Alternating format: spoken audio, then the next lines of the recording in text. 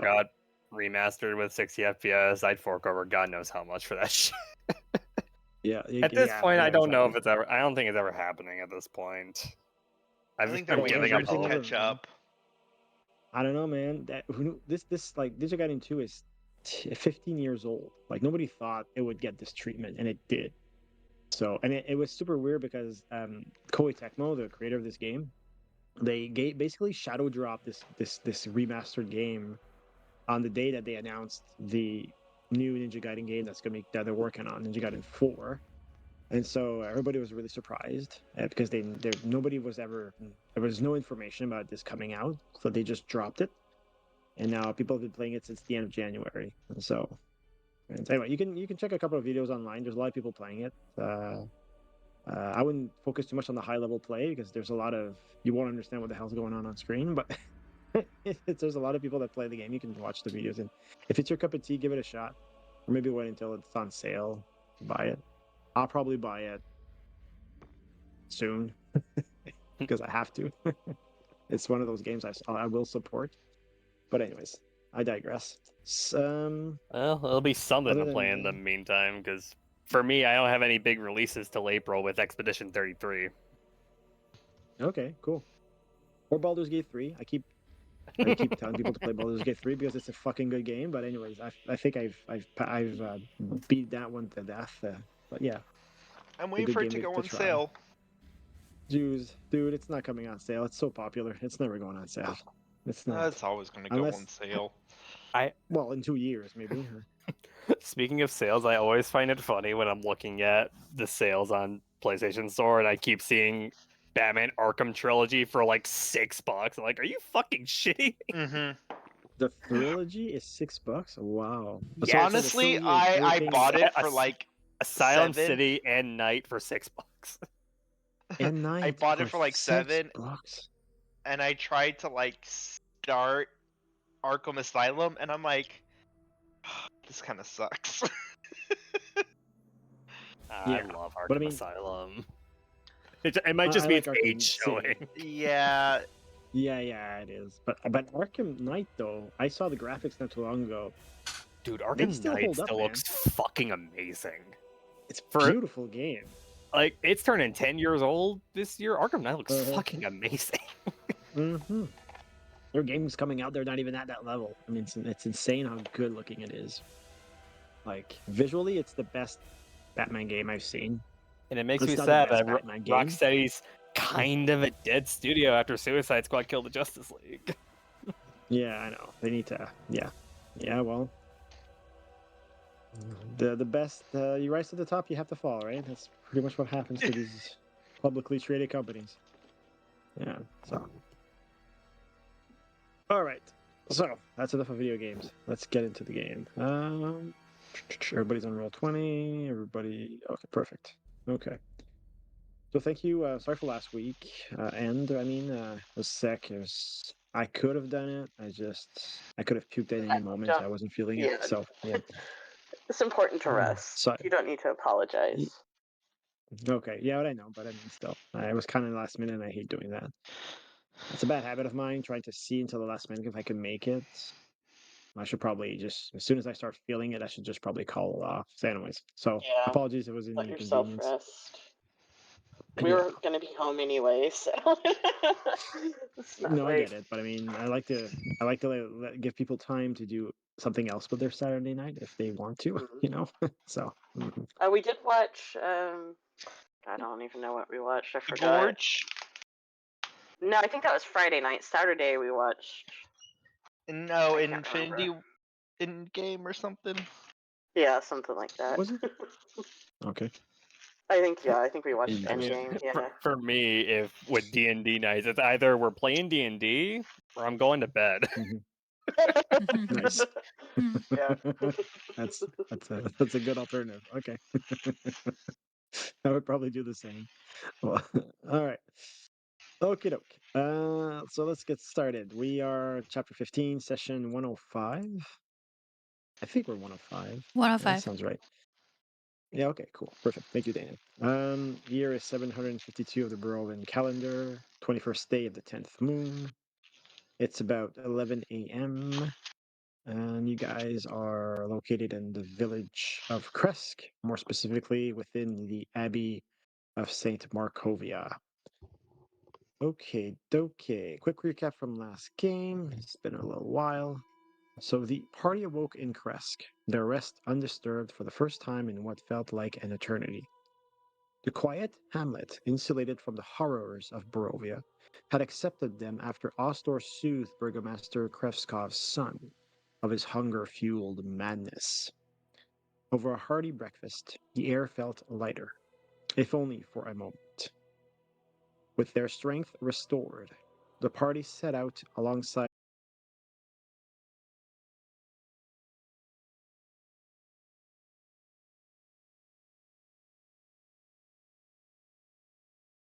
she soared towards the abbey. What she saw on the way was unnerving. Twisted, half-human figures slumped against the stone walls, their malformed bodies twitching as they slumbered through their watch. As she neared the courtyard, grotesque creatures stirred, their misshapen mouths stretching into jagged grins, voices rising in discordant howls and shrieks. She dared not linger. With a swift motion, she placed the letter at the abbey's doorstep and vanished back into the sky, rejoining her companions on the path below. Before they could resume their climb, an urged voice rang out. One of the villagers had come running, breathless, to the burgomaster. A woman was in labor, but the midwife was nowhere to be found. Fearing the worst, the party split. Talia and Etzo rushed to investigate the whereabouts of the midwife, while Ostor and Sakra followed the burgomaster to the suffering mother. What they found was horror. Talia and Ezio forced their way into the midwife's home, the scent of blood thick in the air. Her body lay crumpled, mauled beyond recognition. A human had devoured her. Laying near her lifeless body on the floor was a ceremonial weapon bearing the Kreskov family crest. A grim realization settled over them. The midwife was likely devoured by the burgomaster's son. Meanwhile, Ostor and Sakra entered a dimly lit cottage, where a woman lay writhing, her strength failing. With careful hands and divine magic, Ostor stemmed the bleeding, guiding mother and child back from the brink of death.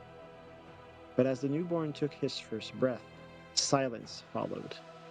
The child's eyes held no light, his face an empty canvas. No laughter, no cries, no soul. Another victim of Barovia's cruel fate.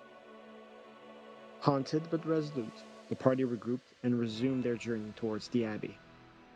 The twisted figures from before were now awake, mocking echoes of humanity, each disfigured in some unnatural way.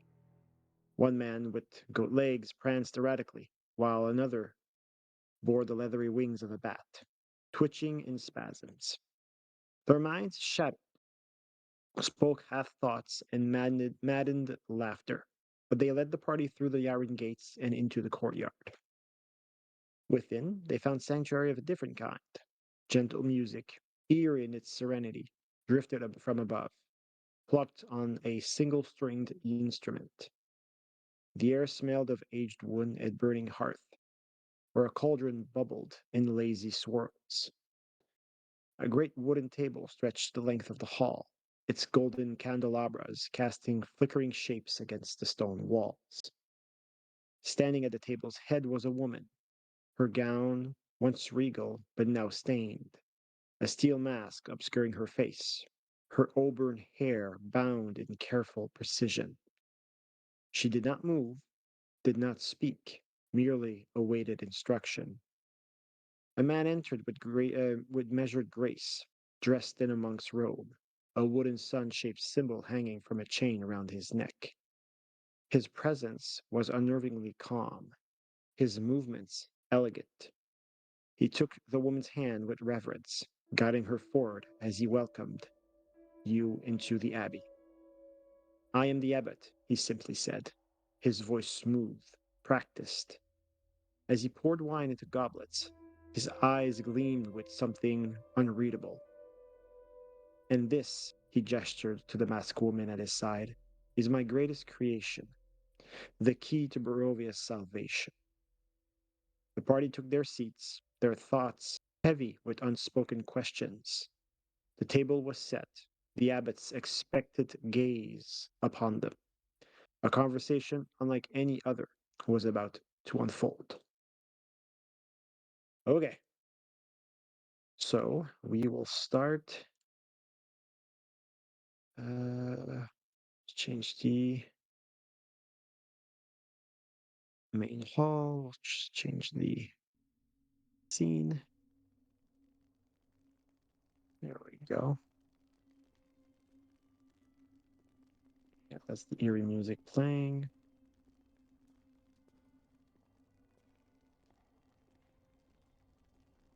Make sure. Okay. All right. So, any questions about last game before we get started? Nope. Nope. But I did write that I wanted to talk to the abbot eventually. Sorry, you wrote that where? In the chat here. In the In the roll 20 chat or Roll20 the chat. oh no the oh you did? Okay. For next session, I want to ask the abbot about. Oh, okay. Okay. Yes, of course, of course. Okay. So, I mean, you guys have just been served wine, generous amounts of wines in these simple wooden goblets, and you are served by this woman wearing a mask. She seems to serve you with grace, but she's otherwise rather emotionless. And she returns to the side of her master, who holds his wine goblet in one hand and simply asks you, "Tell me, what brings you to the modest town of Kresk and to the even more modest Abbey of St. Markovia?"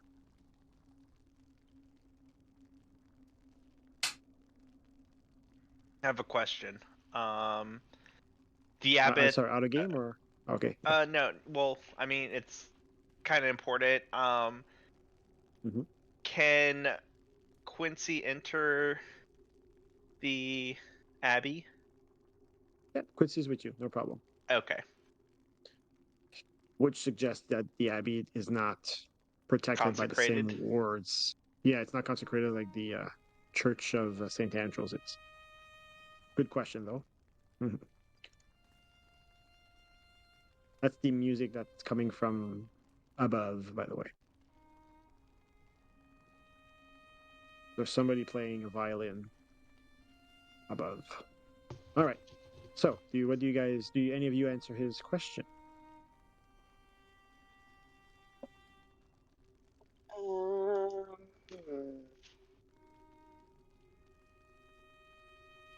And I guess if we're here, it's not like we're gonna try to hide things from him.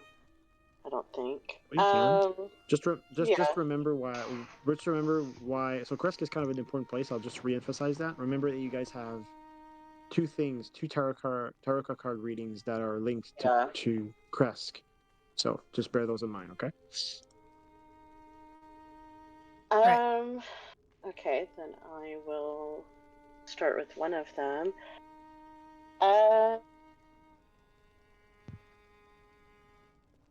Well, we are here because we are looking for we're looking for something and we're not entirely sure what it is, but our search has led us here. We were told that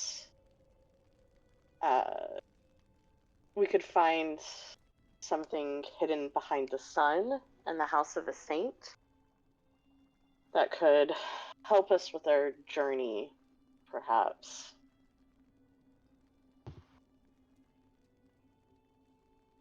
Okay.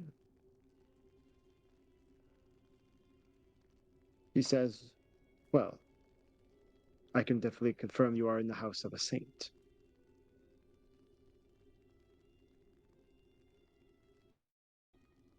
But then he muses, his voice smooth as if, and it's smooth as water. But yet it carries, when he speaks, he carries weight of like, as if he's definitely speaks in a way that he sounds ancient. This is a man that, although his appearance seems to suggest he is young, he doesn't speak like a young man.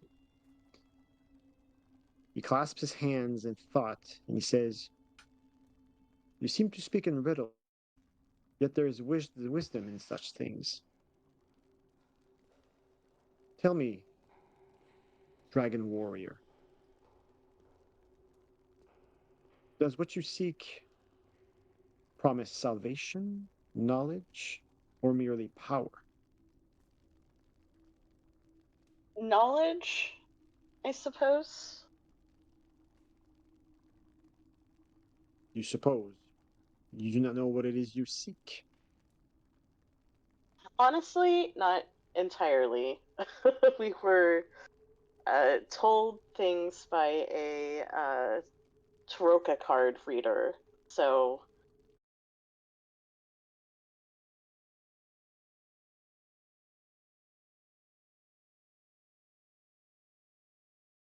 So the abbot responds to your mention about the Taraka card reading, right? Mentioning the Vistani. He says, "Ah, the Vistani, seers and wanderers, if I remember correctly, bound to fate, yet unshackled by it.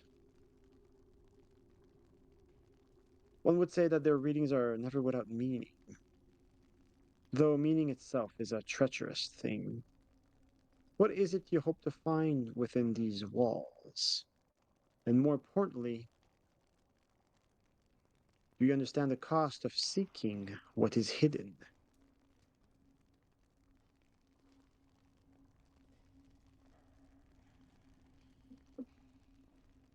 I suppose um,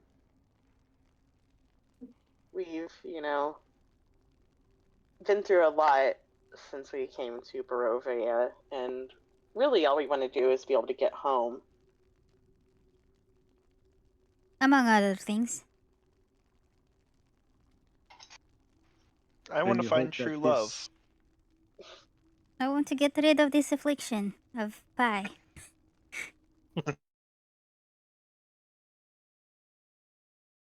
But in line with what Sakura was saying about the knowledge, would you happen to have known thing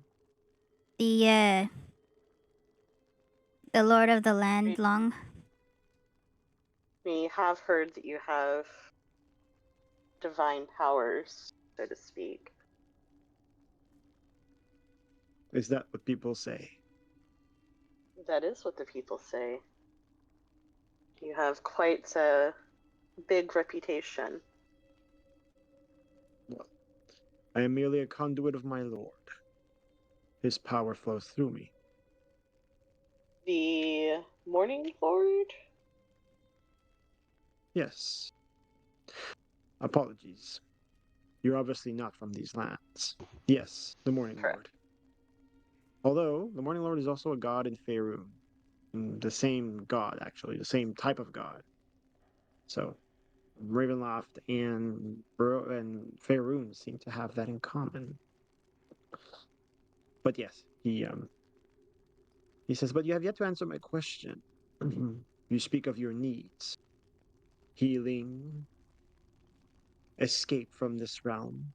But how exactly does this item you seek, you think, will provide this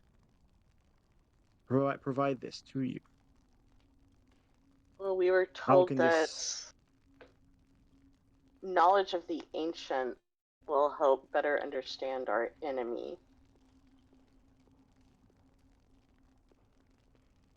that is a very curious reading. Yes.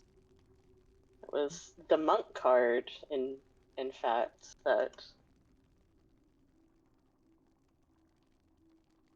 And who by told chance us would be that. your enemy? Who would be the enemy that this reading refers to? Piddlewick the second.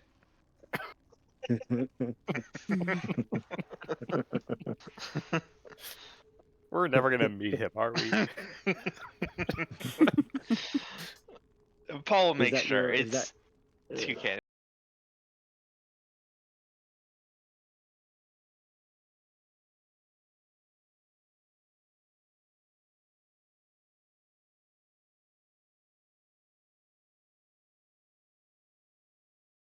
What?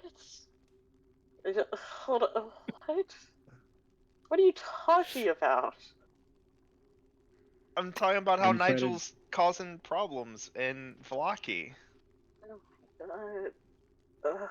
So this item you seek, you feel will help No. you face this Nigel persona. No. No. Yes, and I nod. Ni- oh my god. Nigel was his familiar. He was an imp. I don't know why he's. Oh my god. He loses a bit of his patience, and he just says, "My time should not be wasted. If you need something from me, I would answer my questions plainly." I apologize for our friend Ozthor. Um, there I seems do. to be. No, go ahead. No, go ahead. I'll go after you.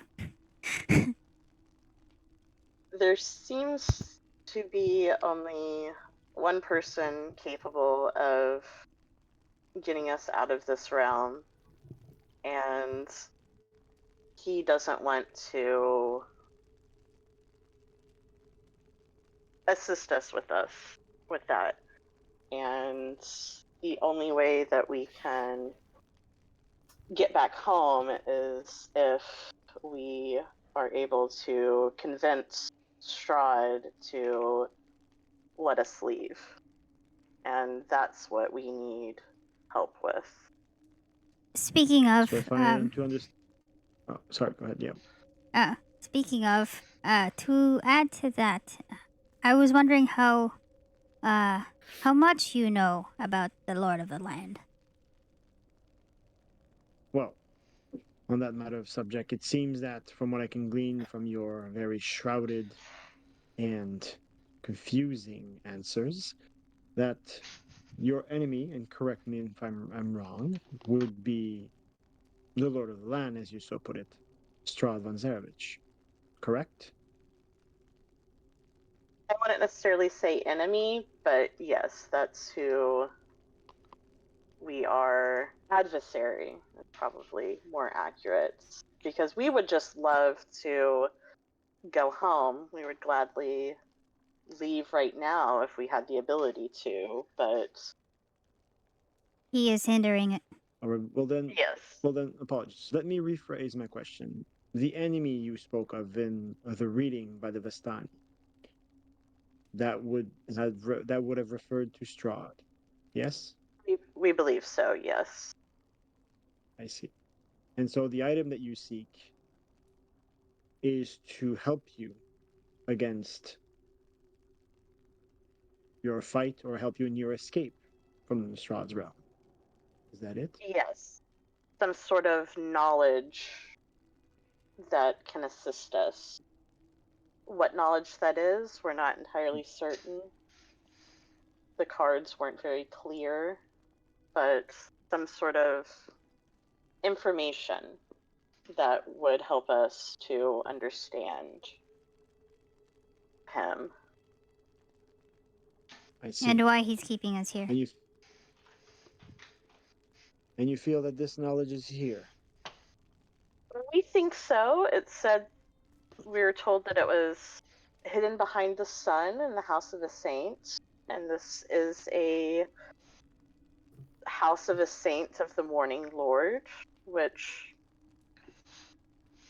makes sense with the sun imagery. So this seemed like the most likely place for us Okay. to come to. I'll have everyone here roll a wisdom perception check. Everyone. Except for except for the familiars and Rufus.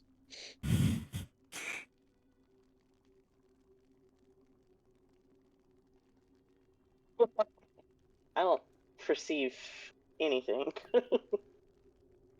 Yeah, he's a pretty looking man, let me say.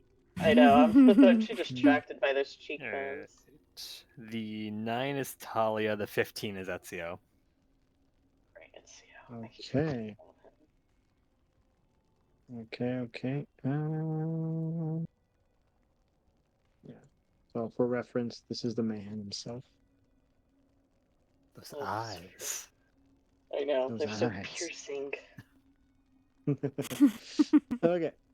So, I'll just point out that in this room, go scroll down here just for a bit. Bear with me. You guys are in the main hall. And the entrance, courtyard, main hall. Okay, so who rolled a 15? I think Talia did. Me. It'd be Ezio technically with the 15. Okay, so Ezio and Spah Roh are the only two that actually notice a and I did mention this last time when you guys first entered the room, but it's been 2 weeks, so this is why I'm allowing this roll. But above the fireplace mantle hangs a what appears to be a golden disc, and it's engraved with a symbol of the sun. Oh, So just FYI. Yeah. well then.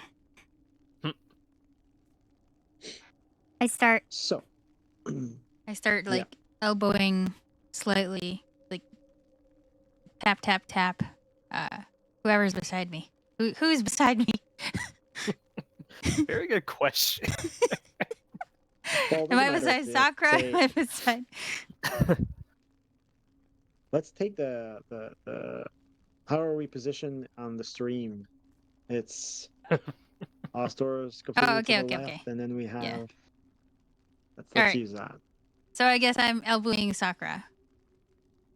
Okay. Are you responding to my elbow taps? They're Yeah, very I'm- minute, so I'm trying to like not be, obvious Yeah, about it. I'm just trying to focus on this guy because he's getting annoyed with us. Okay, I shimmy over to Talia then, and then start elbowing Talia. Okay. Talia's like, Mm. the fuck you elbowing me for? Are you being then I'm discreet like- with this elbowing, or Yes, I'm trying to be discreet about it. You'll have to do a stealth for me then? Dang it. Boy. Fine. He's Or like, here's what we're gonna do. We're gonna do it. No. We're gonna do a deception, but with dexterity. oh, okay. Mm-hmm. So Deception plus just roll a dex. dexterity then? No. Well, yeah. Just roll. If you have any, if you have any the scores, like if you're trained or proficient rather in deception, I'm roll not. it, and we'll just replace. You're not okay. So it's just going to be a dexterity check, I suppose. Straight up dexterity? Yep. Okay.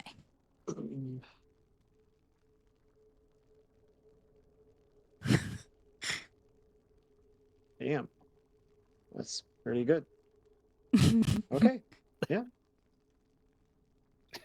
I'm But since like, you don't seem to It's so attract deceptive. any I don't even know attention. I'm being elbowed. so you're the one being elbowed though. You should be feeling it. Do you respond? Or do you actually say what are you elbowing me for? Or how do you respond to my elbowing?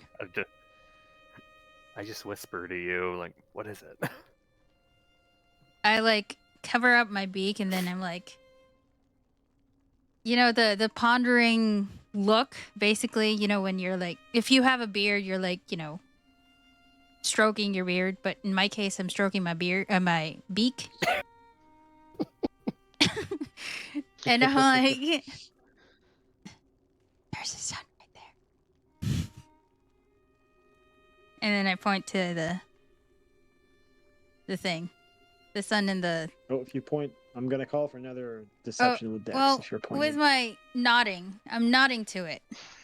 I don't She's actually pointing point with my at it with hand. her though. eyeballs. Yeah, like Still, I'm gonna call for deception. okay. Still. I mean, it's not like this guy is trying to hide this giant sun thing. Oh. God damn it! Look It's at this not one. hidden. Oh my god! Wow, the drunken bird's on fire. Oh yeah, Oh, I got a lot of wine this time, so Yeah, she I'm in fakes my element. She fakes a drunken stumble, elbows the elf, and then bullshits her way into drawing attention to that disc on the top of the mantle. No problem. All right. So message is loud and clear, Talia. You see what she is drawing attention to. Okay, like how far So away then, is this disc? oh, how far is the disc? It is. That's a very good question. That forces me to go to the map. Darn it! A second here. It's almost like some Mm. kind of, when it's way up there, it's almost like some kind of flying saucer. Where is Kresk? Where is Kresk? There is Kresk. Okay. Oh no, I want the Abbey, not the village of Kresk. There we go.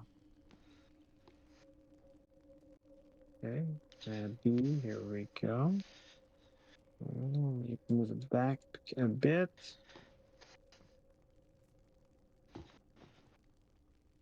Oh yeah, it's about, let's say, 15 feet away from you guys. Um I can actually put you guys here.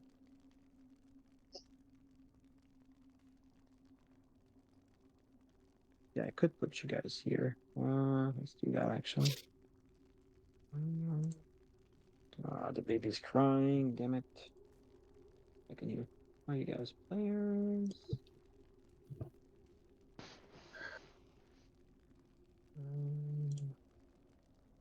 All right, so I'll put all of you here. Sakura. Oh, excuse me. Okay, so these squares are, oh, it's more than 15, I think. What's the size of this? Yeah, one square is 10 feet. Okay, I see what it is. I'm gonna move Sparrow. Sparrow was next to Sakura, we said. Oh, there we go. And then I shimmied over to Talia. Yeah, I'll put Talia next to you. That makes sense. And I will put Ezio there. Oops.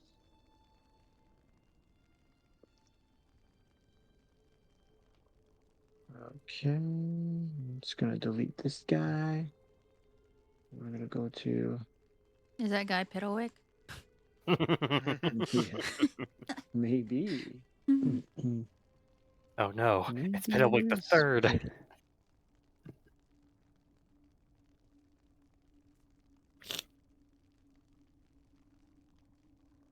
The question still remains: what even is Piddlewick? Hopefully, we'll find Okay. out sooner or later, or hopefully not at all. Will we ever find out?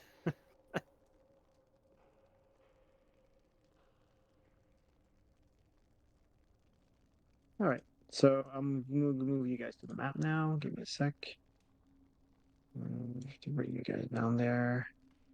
Come on, get down there. There we go. Okay, so you guys should be in the map now. You guys are right here. So does everybody see the map? Yep. Yes. Yes. Okay. So the disc would be here. Now every square is 10 feet on the map, Okay. unlike the usual 5.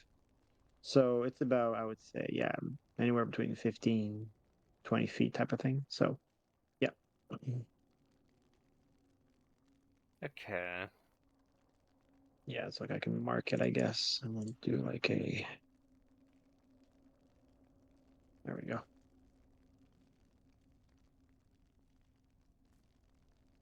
I'm tempted to just yoink it, I mean, but I don't want to. We don't gotta piss him off just yet. no. Um, But back to his question. So, because it was basically, he asked you, how would this item help you in, facing your enemy or attaining your goals related to that enemy, which now is clearly clear to be Strahd. Oh yeah, and I had answered that. I just explained that Oh, you we were did? Okay. told that. Yeah, because he asked what makes you think that this is the place, and I explained that, it said it was hidden behind the sun and the house of a saint, and this is Oh, the yeah, house and of then a you said it saint. because you Yeah, have it would provide you information or yeah, knowledge about okay, you're right. Okay. yeah. Okay, so then he has to answer back. Okay. Let's see what he asked. I'm gonna say I'm gonna down the wine and then ask him for more.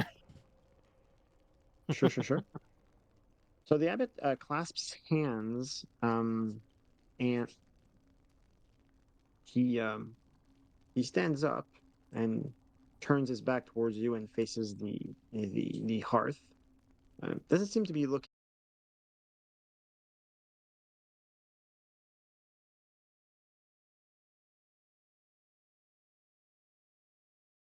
Bit about, well, this is me asking you, Paul, how much, because it's kind of hard sometimes to keep track of what our characters know versus what you have told us.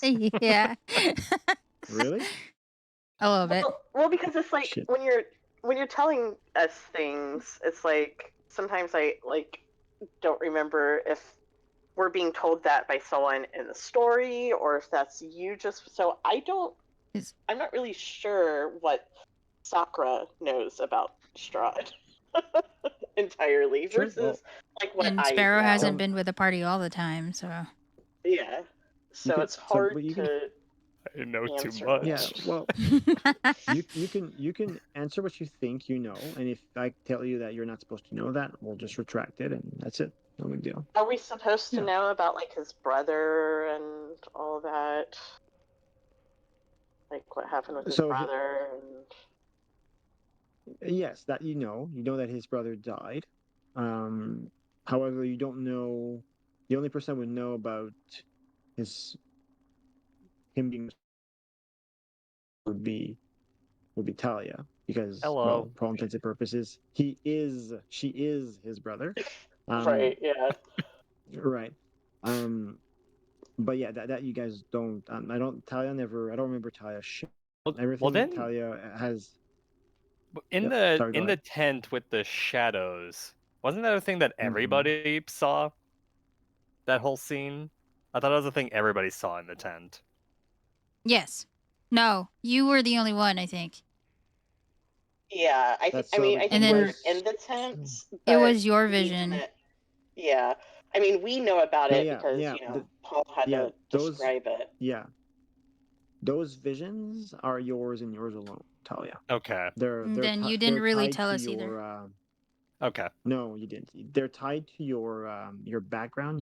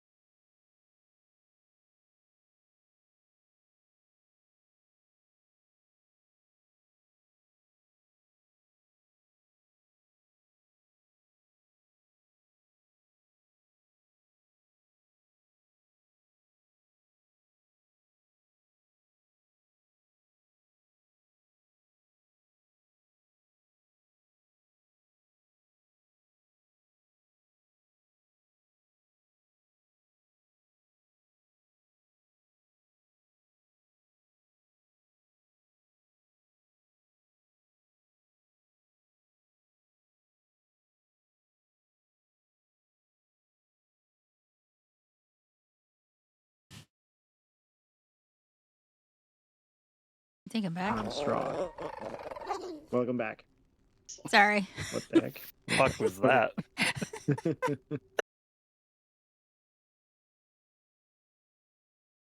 We don't really know a whole lot because, we're not from this realm, and when people speak of him, like you mentioned, it's always, in whispers and rumors and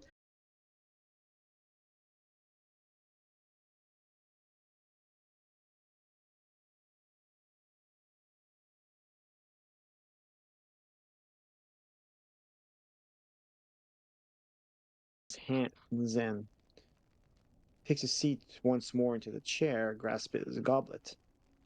And as you answer his question, he takes a sip. He has to put the goblet down when you mention all you said because he seems a bit shocked by some of it. He says, "Only someone who would have met Strahd would know some of these details. The death of his yeah, brother, the death of the woman the woman he loved. How did you yes, come about this information?" we have met Strahd. Unfortunately. We have dined with him. Yes, we have made his Unfortunately. acquaintance.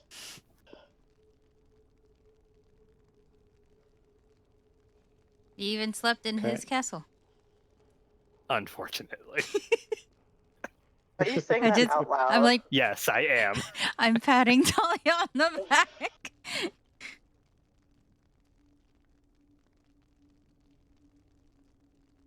Okay. Let's just say that yeah, this is definitely a sort of shock to the Baron as well. So his brow lifts ever so slightly. Um, Oh, his face is now made of stone. the first Just kidding. well to that point, it like no, that's a good point. Let me build on that. It's kind of like the first true crack in his otherwise composed demeanor. And he studies you all very intently with renewed interest after Sakra's story. Um, and he says, "You have dined with the so-called devil himself." He asks. Yes, we We have, didn't know at the time. We had just got here. and it was a great meal, I must say. That is quite surprising. His voice seems to carry neither scorn nor praise, only more measured curiosity. He adds, "Few are ever granted such an audience, let alone those that leave with their souls intact. Oh, We have much more in common than I expected. For I also had the opportunity to meet the man in person, in the oh. flesh, for lack of a better term. Tell me, what impression did he leave upon you?" That he is a very powerful, but I think a very sad man. I think he has experienced a lot of loss in his life. That man is Mm, rich as hell. Yeah.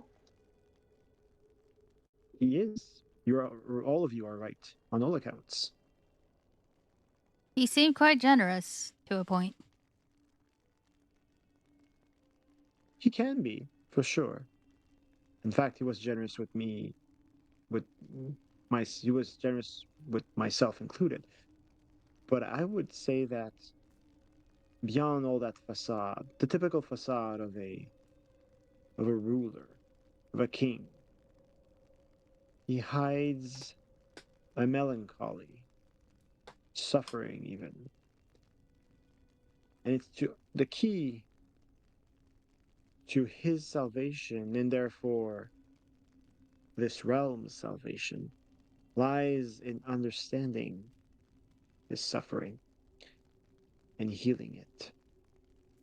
Oh. And as he says that, he lifts his hand, there's the palm upright, right? And then as he mentions the term healing it, he clasps his hands and turns his attention towards the woman to his side.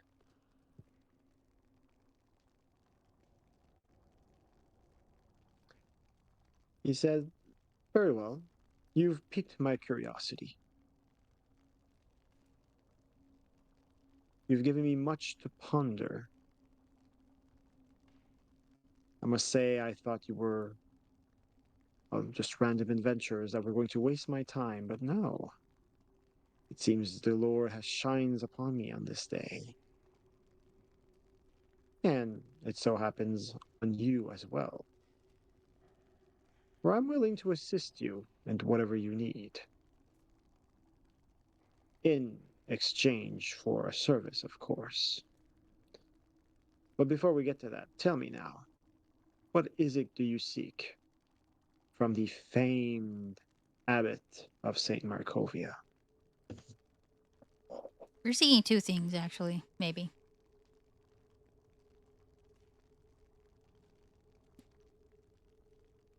Pray I tell. feel like we got a list of like 4 right now. At, le- at the very least. Because you're an all-powerful...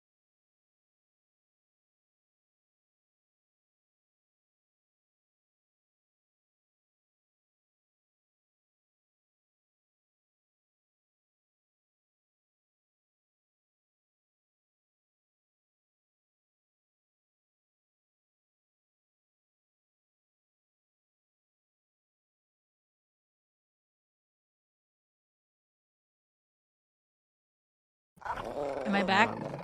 Oh, Yes, Welcome I'm back. back. Sorry it Sorry. happened again. I would allow you to peruse my library at your leisure. that is very generous of you. What? In fact, you could potentially also help me with removing the current tenant of my library, Oh, Avistana, that has oh, overstayed her welcome. Oh. oh. Ezio's curiosity is piqued 100% after hearing that.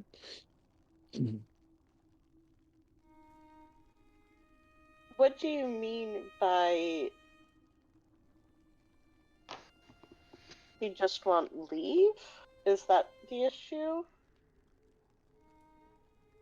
Well, I haven't pressed her to leave. It's not like she's Okay. bothering me, but she is seeking knowledge, kind of like you are, Oh, pertaining to okay. Strahd. She was supposed to Interesting. leave a few days ago, but following the sudden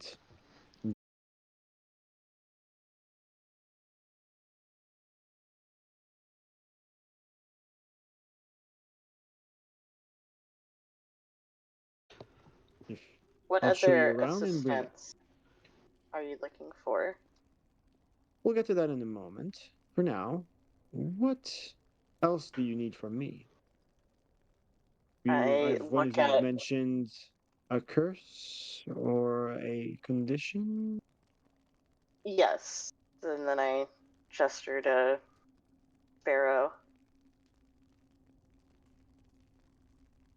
If Yes. Dana's okay. I was like, what did Dana leave again? I'm here. uh, wait. Tell me of this affliction. Have you heard of the dream pies of this realm? Dream pies. I can't say I have, no. Let's just say a night hag has cursed me to have an addiction to these pies. And the only way to get rid of it is to cast this greater resurrection spell on me. And I'm handing it, or like putting it in front of me. Greater restoration. Resurrection is, I think that's what. I'm pretty sure it's restoration. I know that's what's on my what is it called? My sheet. I don't know. I'm not sure. Okay. Let the So- GM decide. So So Rudolph told you that a powerful restoration spell would be required. Restoration. One that he unfortunately is not able to cast. Mm-mm. If we kill Mhm. something big enough, I think I get it next level.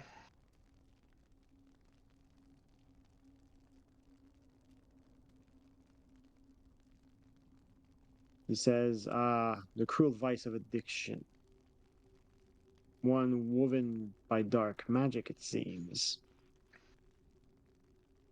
He says, yes, I likely have the power to cleanse you of this corruption, to free your mind and body from its grasp. But tell me, little one, are you prepared to face the emptiness it would leave behind? Yes. For your addiction has given you purpose. I have plenty of purposes.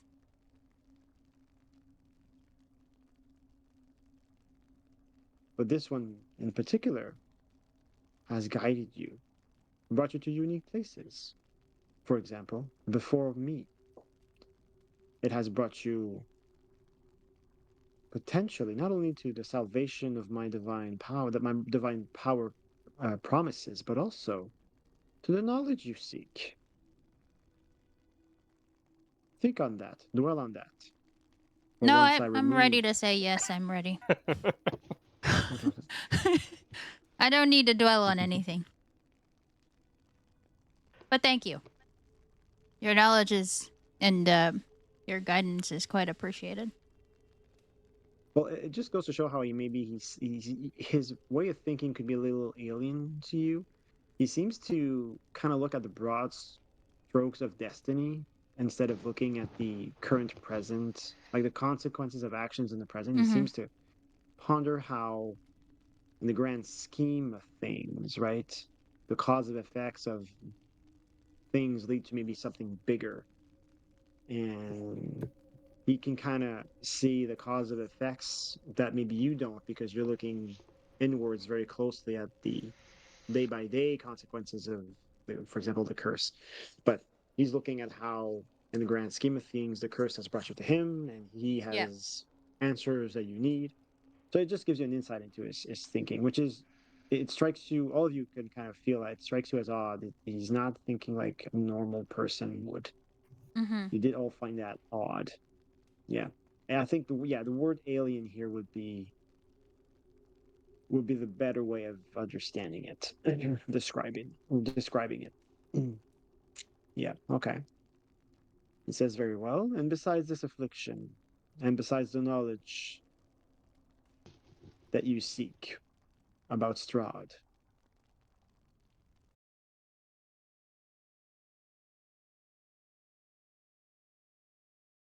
I'm not really familiar um,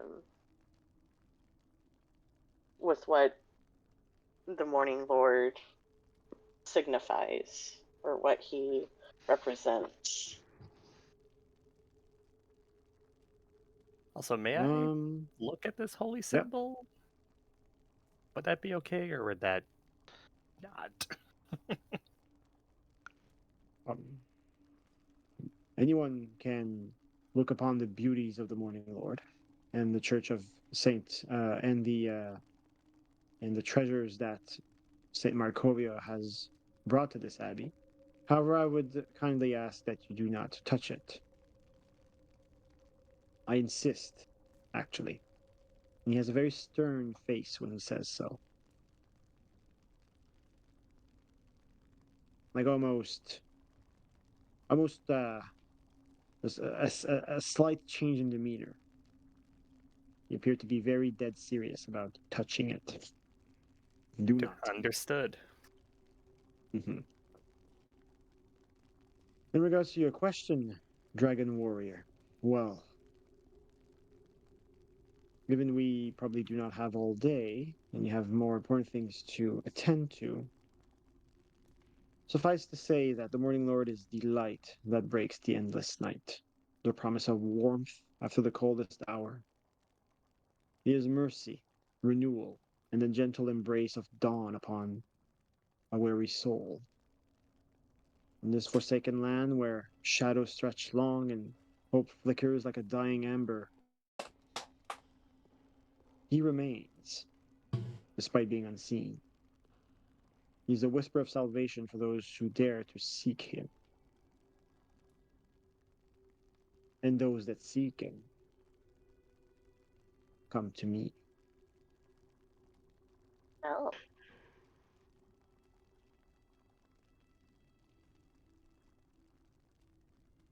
that sounds like something that would be very needed right now. I have served him for more than 100 years. You will not find a more devoted servant in all of Barovia. Do you say more than 100 100 years? You, Indeed. I mean, I'm not uh, well versed in human How aging, old but exactly are you? you look very young for 100. I I believe. You're not an elf, are you? I mean, I'm like 300 years old. He's definitely, well, it doesn't look like an elf. It looks like a human. Although he has very angelic features, he's very good looking. He has a glow to Mhm. him. His skin lacks any imperfections, no scarring. So he says, well, the matter is not how old I am. All that matters is that I've been graced with longevity due to my faith. The Morning Lord Oh, provides his most faithful servants with the power to shepherd his flock,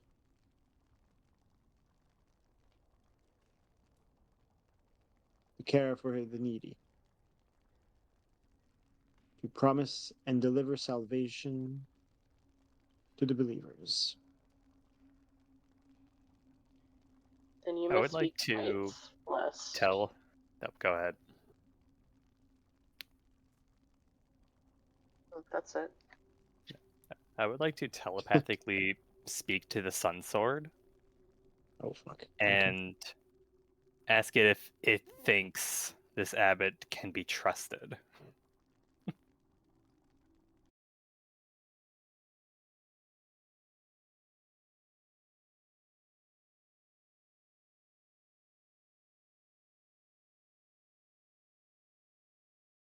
Beacon the abbot be, bathed in celestial fire, yet shadowed is his soul by whispers most dire. His grace is fair, his presence bright, yet something lurks beyond my sight. Trust in part, but watch with care, for not all light be truly fair. If it's telepathic, you don't have to rhyme, right? Yeah. Oh, damn it. It's only. Well, I wasn't gonna say anything. I kind of like when they rhyme. But yeah, when it's telepathic, you just speak normal. It's only when the sword speaks out loud it's I needed rhyme. I keep forgetting. Oh my god. Okay. Yes. Okay. Well, did you understand what that kind of Yeah, alluded to? Okay, yeah. that's good. Okay. I just like playing the Sun Sword, but By all means, if you want to rhyme whenever you want, just go for it. all right. But yeah, so I mean, he appears to be angelic and celestial. There seems to be a glow and energy, positive, emanating from him, but there seems to be maybe some shadows, darkness that seem to lurk that emanate also from him. There's this duality, and he can't quite put his finger on what it means and what the source is. So Mhm. there's Is a good holy vampire possible? a holy vampire. Yeah, but that's kind of like I guess a good analogy to explain what I'm describing. I'm not saying that's what he is, but yeah, the analogy is accurate. Yeah, there's something holy but off with this man.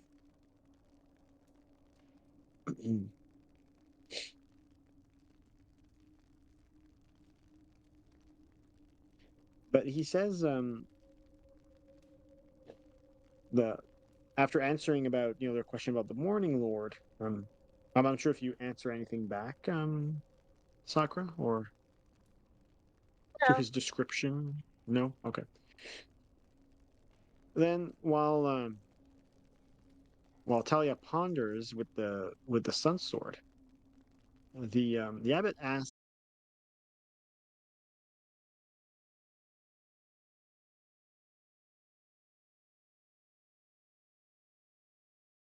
that you aren't familiar with His Holiness,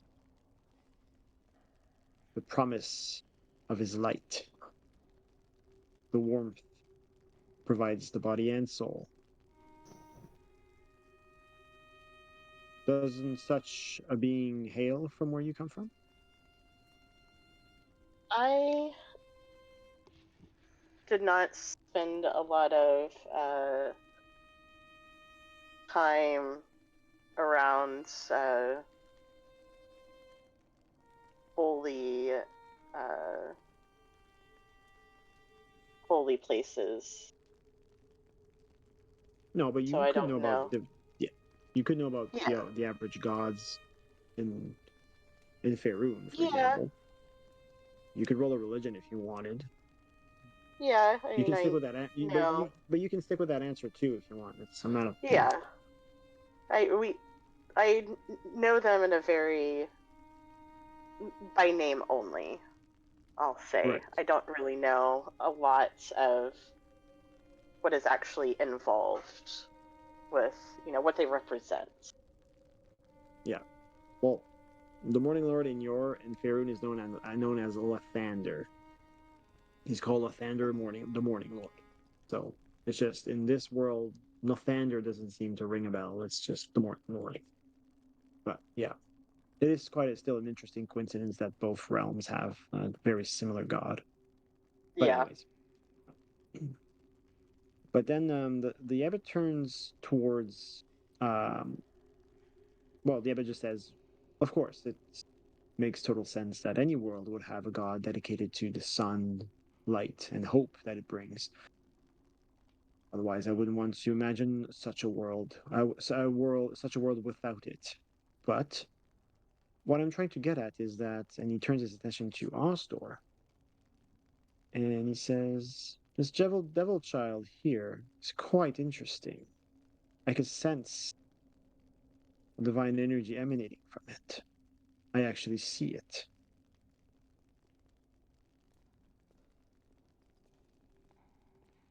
Do you share a connection with any particular divinity by any chance?" He's asking me. Yep, Yes. Um, yeah, I do. interesting. Tell me, have your prayers of late allowed you to reach your God? Um, I don't know He if I'm clearly so thinks you're some. much. Yeah, he clearly thinks you're some cleric or priest of some sort, which you're not. But yeah. Um, I'm not much of a you know prayer kind of guy. I'm more of a like in a partnership.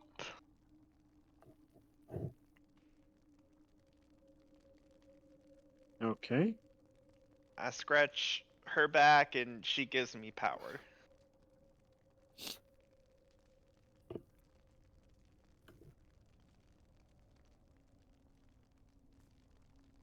All right.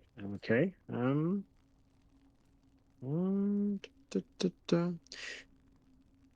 The abbot frowns when you answer that, and is a little appears confused, and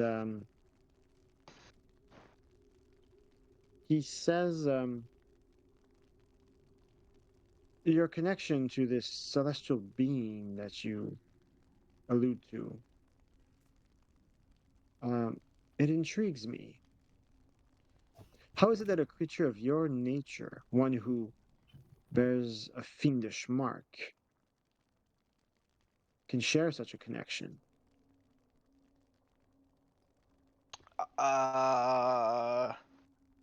Fiendish mark. I kind of look over, look at my sleeves.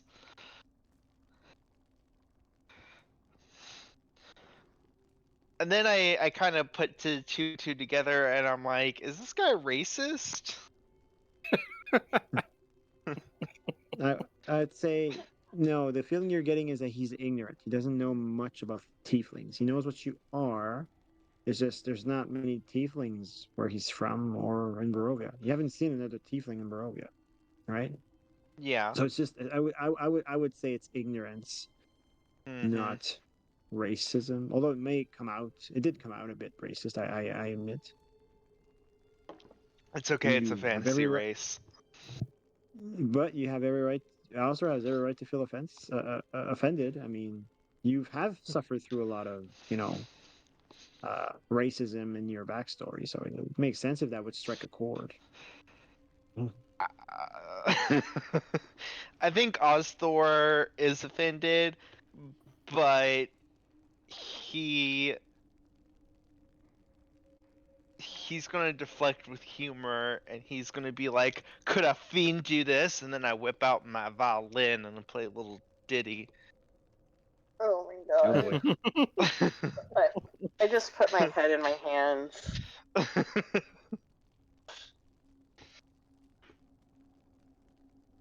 Uh, why don't you roll me I guess, yeah, charisma performance check? Reloading. Alright. And at the same time, I'm just gonna go and grab the violin sound effect and that sound effect again. I found it last game. Dana's still with us, right? Yeah, I'm here. Okay, good, good. Just trying to make sure. Roll 20 is weird tonight. Isn't it always? When is it? Exactly. When is it? When isn't it? Yeah, The if that one. goes. Last roll took forever.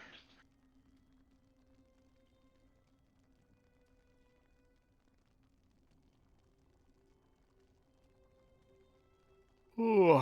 Did you roll? Violin's not really. Oh, I'm gonna reload again.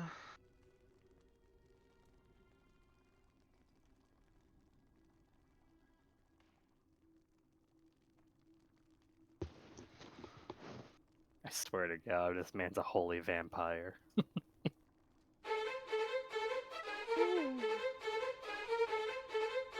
What the hell?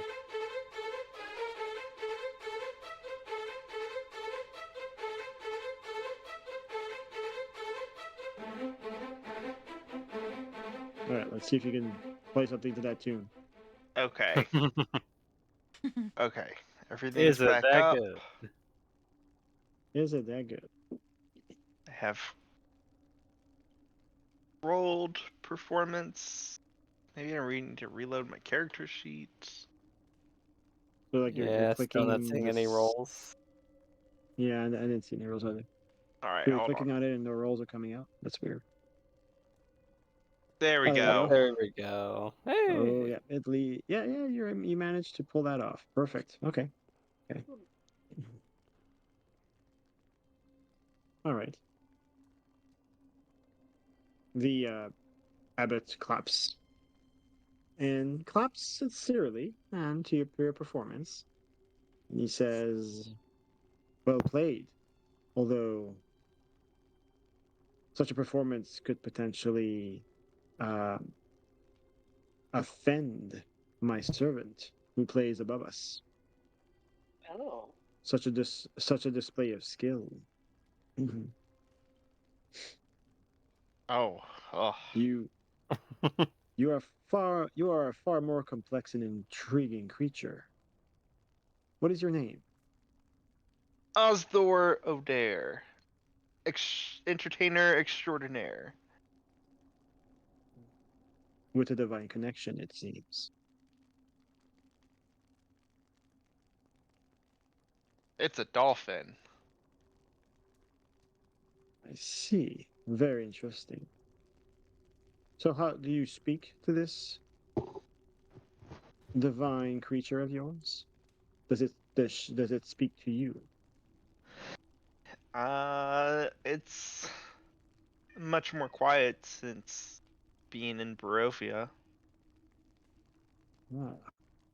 Well, if you long for a connection, might I recommend the Well of Kresk?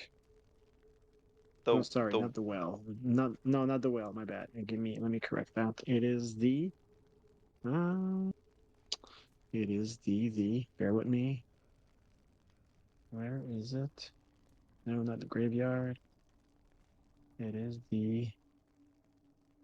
The catacombs. So he says the no. Sorry, potion there's shop. the no. He mentions the spring. The Ah, Hmm. spring next to the shrine of the Morning Lord in Kresk. oh, I. Do I need to do anything when I'm there? No, it's said to be blessed by Saint to have been blessed by Saint Markovia long ago. Did you know that none of the villagers in Kresk have ever fallen ill? Oh, wow. Some say it's because of the spring's restorative nature, blessed by Saint Markovia, by the Morning Lord through Saint Markovia. Wow. Uh, It is said that its waters defy every and all corruption, even the one that afflicts this land. Perhaps it could provide you clarity enough for you to potentially rekindle the connection to this being of yours. um, I'm not sure if you're caught up on current events in Kresk, but when we got here the other night, I had to cure the burgomaster's son of a mysterious infliction. Why wouldn't they just use spring water on him for that? I presume the affliction was too severe. Hmm. Such the affliction is unfortunately my fault, although I did warn the burgomaster that reviving his son after being dead for so long had potential Hmm. consequences. He what? What, you know all this, Wait, I know this? don't Yeah, I you? believe the Yeah. burgomaster told Yeah, us all this. he did. Yeah, we know Well, all Don't this. rem. I yes, just glossed yeah, over the this. burgomaster Yeah. yeah, the burgomaster did tell you. Yeah. The burgomaster basically pleaded for the abbot to revive his son, but the abbot tried his best, but the body was dead for too long. Oh my So he told god, him you're that there right, was a you're right. chance there was Uh-huh. possibly complications, and yeah, and the complications basically is the madness that now afflicts him, right? And you didn't cure the madness completely. You only temporarily um, brought it under control. His boy got pet cemeteried. Hmm. Yes, Yeah. Well, exactly. Sometimes. that brings us Something to to that effect. the other thing we Some. had to discuss with you. Do you Okay. know of any possible way to cure the burgomaster's son? Such an affliction is beyond my capabilities, unfortunately.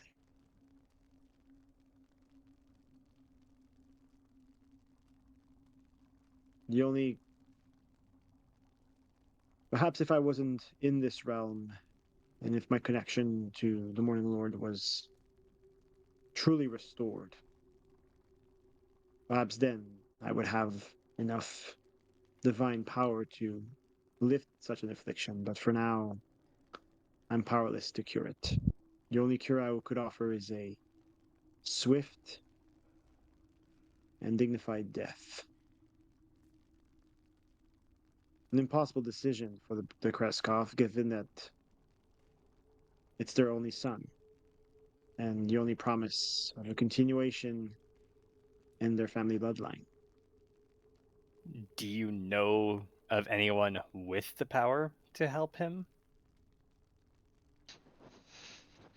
In this realm, outside of perhaps Strahd, I don't think so, no.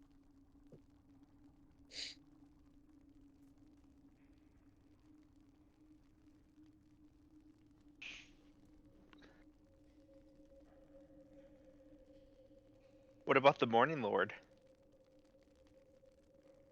Well, the Morning Lord could most likely easily uh, cure this boy, but the Morning Lord does not interfere in the world of mortals.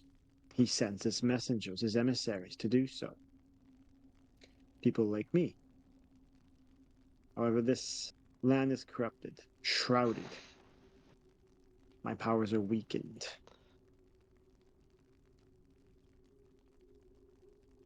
Do you think if we got rid of the fog, that would purify your power? Most likely. But I'm sure you understand what that would entail. Or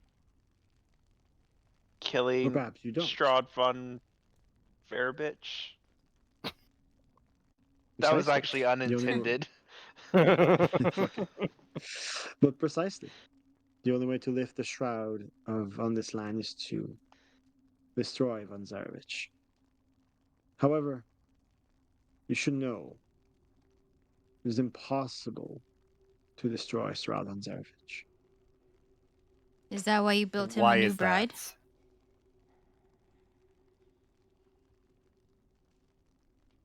Well, let's just say that as I am guided by a higher power, let's just say that Strahd's reason for being, ever since that fateful night where he sold his soul, let's just say that such a higher power also uh, holds sway over him. What higher power?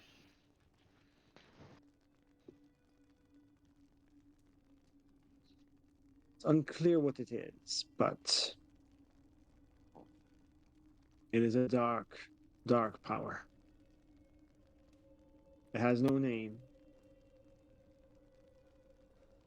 It cannot be seen. But I believe it. It's the source of Strahd's powers. And it is a power so great that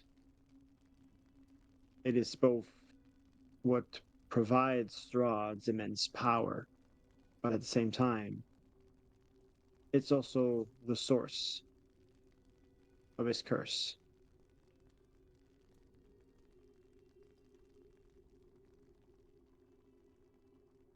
He is beholden to it in every way. His very existence relies on it. But at the same time, it is the source of his never-ending suffering. And this is very interesting. Like, how would he know this? This is very, very unique and specific information.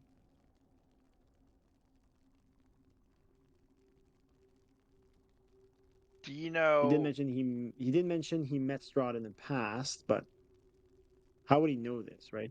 This amount of information on Strahd, the nature of his curse, the nature of his powers. You do know quite a lot about Strahd, Mr. Abbott. Is that something you tell him? Or... Yes. Oh, okay. He says, I know what needs to be known in order to save this realm. And I can tell you right now, hoping to defeat Strahd is a fool's errand. For there are far darker forces at play here.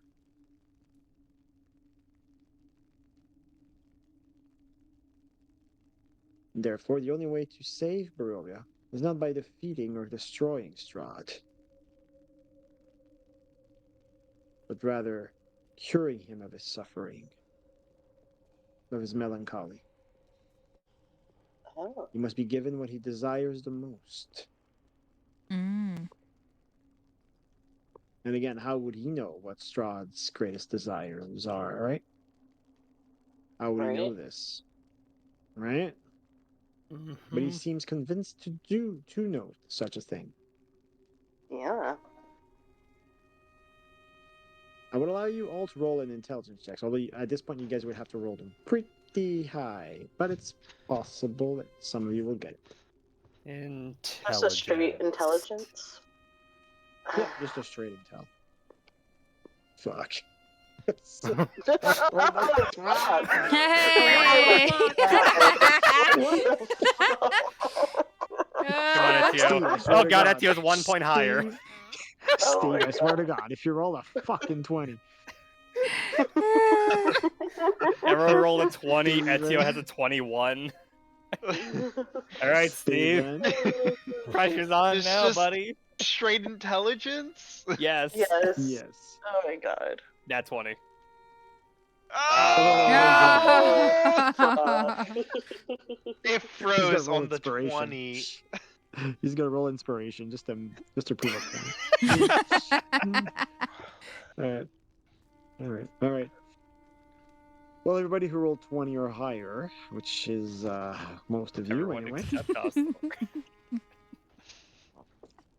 So here's what's interesting, right? This is very specific information about Strahd, and so just um, making a connection to your Taroko card reading, right? You are seeking knowledge of the ancient, right? Of the enemy, right? That could help you defeat him.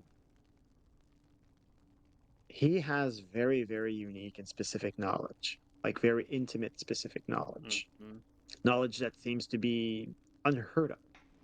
So this you think that potentially there has to be a connection between the knowledge he's sharing right now and maybe what is referred to in your Taroko card reading. There's a connection there. This knowledge, he probably has it. He knows of it. Now, whether that's in his library or elsewhere, I mean, the Taroko card reading seems to suggest that it's tied to the symbol of a sun. You have one in this room, but maybe it is in the library. Who knows? But you think that all four of you think that there is definitely a connection between the this is what the tarot card reading is referring to. This type of knowledge. It's just he knows about it. He knows what you seek. He has that potentially has that information. And it's guiding his actions.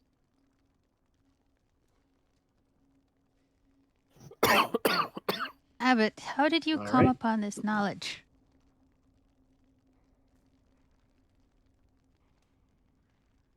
He says actually I have to roll for this shit. One sec here. Yeah, Where's roll my that habit? That's a deception. good sign, I think. Roll that deception.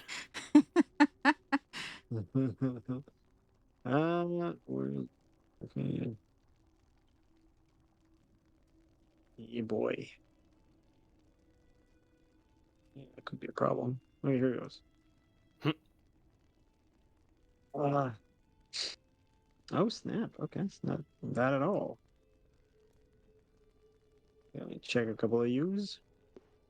Let's check my players. Let's check my players real quick. Do we kind of already have the inkling that he's hiding something. Would that let us allow us to be more?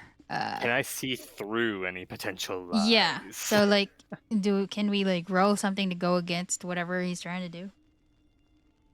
Well, I'm looking at your passive insights here. Okay, so she's got 0. Sparrow's got. Passive insight. Out of curiosity, does a sword have a passive insight? Sure, but the sword isn't really exposed. Like, probably doesn't know about the tarot card reading, so can't come to the same conclusions you have, right?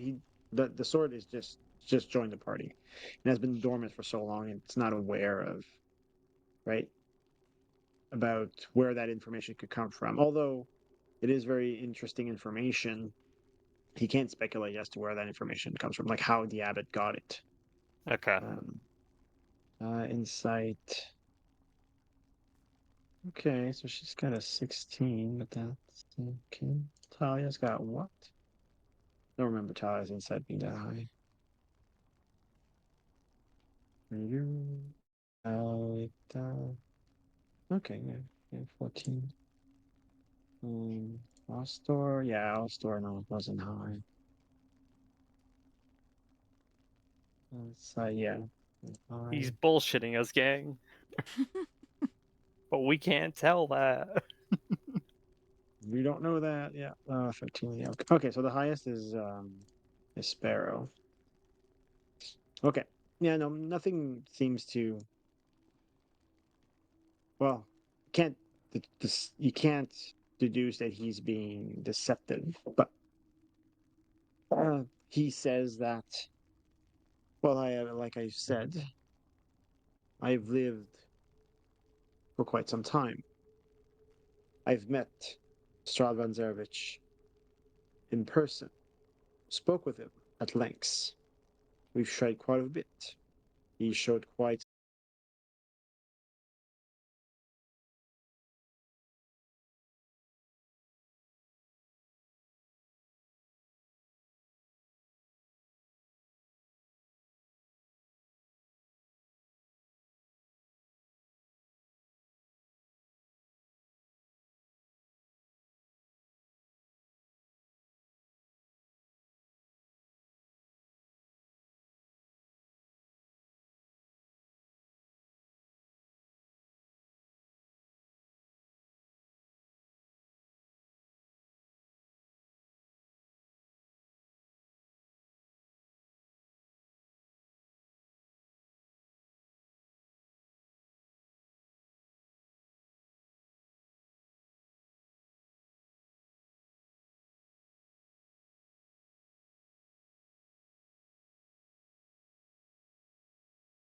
Back again.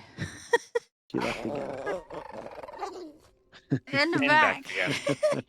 And back What again. the heck? Poor Dana. Ah, I'm so sorry.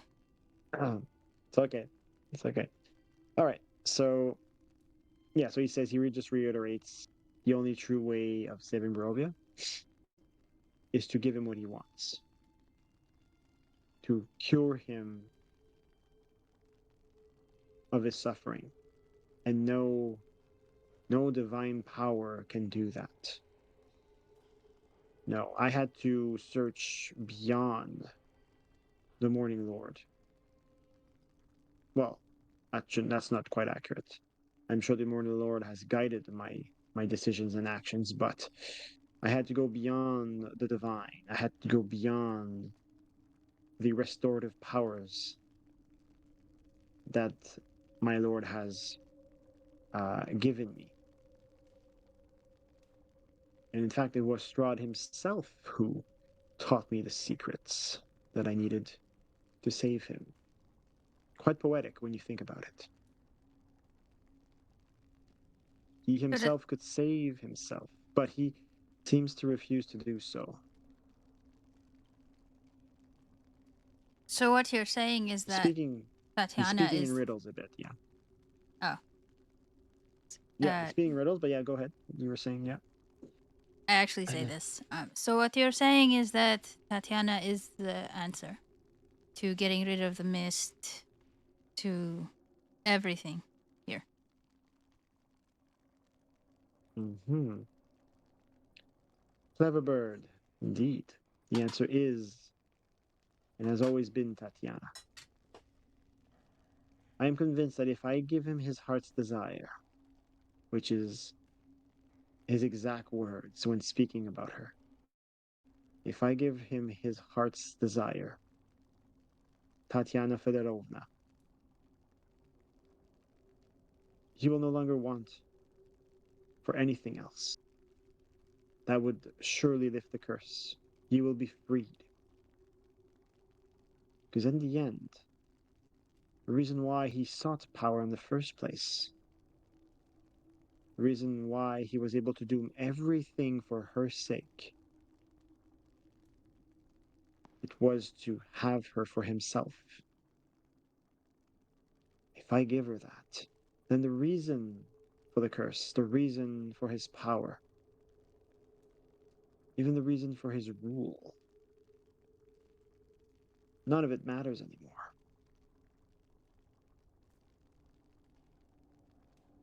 And you believe this woman in front of us is a reincarnation or a good substitute for Tatiana? Well, no, obviously not a reincarnation. But it's interesting that you speak of reincarnation for this actually falls into my request that I have of you. You see, ever since Strahd became the lord of this land, and ever since the curse of the mist overcame his land,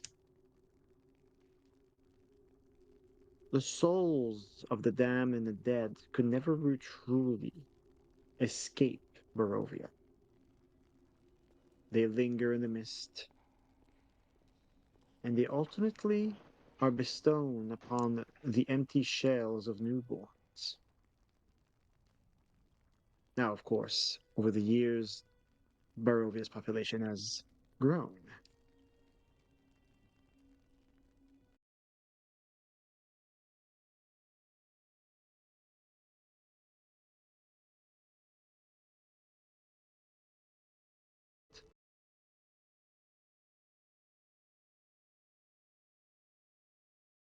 Their mannerisms, even their memories, are bestowed upon this new husk that's brought to the world. And Strahd has been seeking the reincarnations of his beloved Tatiana since he understood this about his realm. Every time he sought them, they would slip away. Every time he would come close to being reunited with his long lost love, somehow the dark powers snatch her away from him. And such is the nature of his curse. He is destined and doomed to suffer this way for eternity. Therefore, there's no way of truly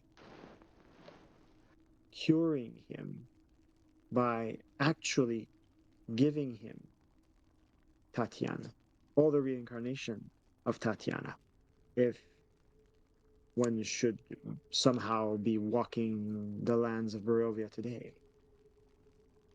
The only way for him to find happiness is if I create Tatiana for him. I create one in his image. And I am so close. So close. And he turns towards the woman next to him as he says this. All I need are the details, the crucial details of her face. But it's hard for me to do that without laying eyes on Tatiana Fedorovna. This is where I would require your assistance. I need, if possible, something that would convey Tatiana's likeness. Strahd has a portrait. Ideally, perhaps. But again, the portraits are fickle things. They're interpretations of an artist. I could do such a thing based on the information that Strahd has given me. I seek more. I need to lay my eyes on Tatiana's reincarnation. And I've sought her for hundreds of years.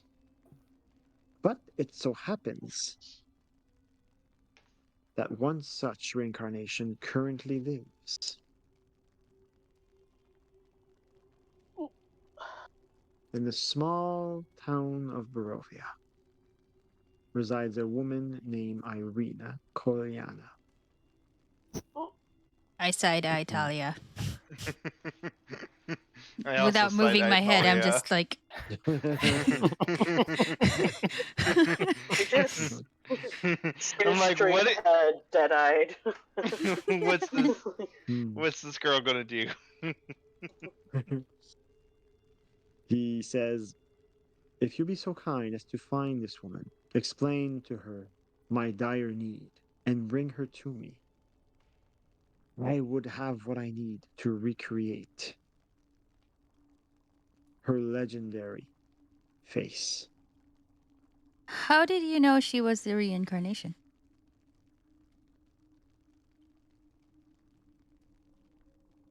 I have my ways. Do you know that this one is the reincarnation of Strahd's brother? You really say that? Did you Man. actually say that? Are Jesus you fucking Christ. high? I'm drunk. Okay. Does that count? Steven.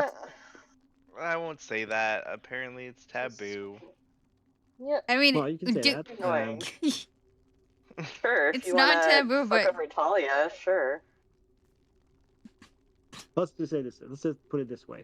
Um, this, the abbot sees this as a way for you to jest about everything he said, right? Obviously, everything he's told you could be seen as a little crazy, and even he recognizes that, right?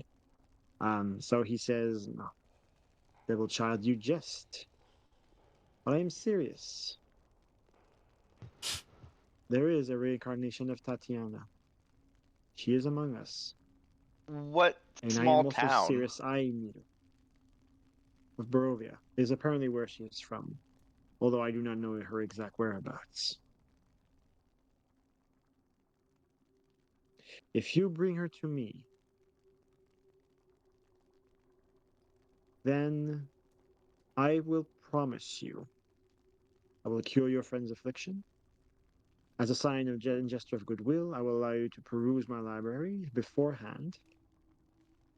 Whether or not you accept to assist me, I will even give you access to my library. so The you will Morning Lord cure tells me us to be before we charitable can after all.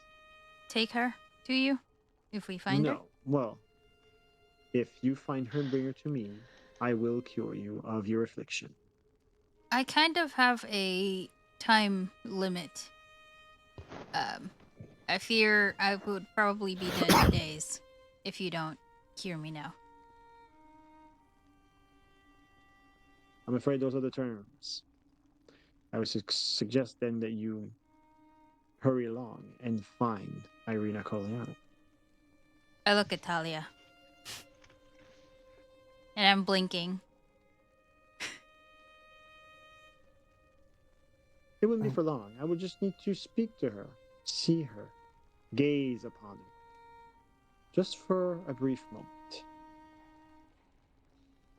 And what makes you think that this will 100% absolutely work?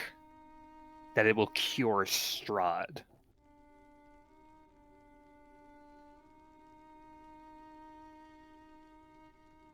Because the Morning Lord has allowed me to do it. He has guided me to this task.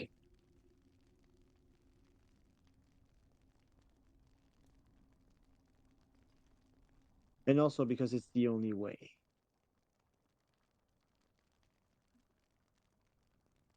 Bringing Irina Koliana to Strahd would just repeat history. dark powers would intervene, snatch her away from his cold grasp, and you would suffer anew until the next iteration of Tatiana appears. Do you truly think that Strahd does not know where Irina Koliana is? If he truly desired her, he would grab her. He would snatch her in an instant. Nothing would make him more happy. But you see, he's tried that more than once, and every time he's failed. He knows to do so is to condemn her, and to condemn himself to perhaps another 100 years of torment, of waiting until her next reincarnation appears. No, this is the only way.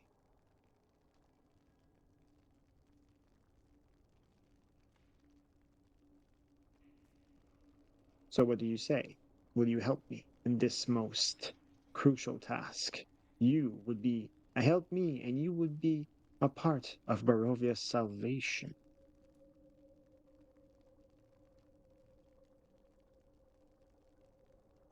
Let's say if we And isn't that, knew her whereabouts, will you cure me at the very least?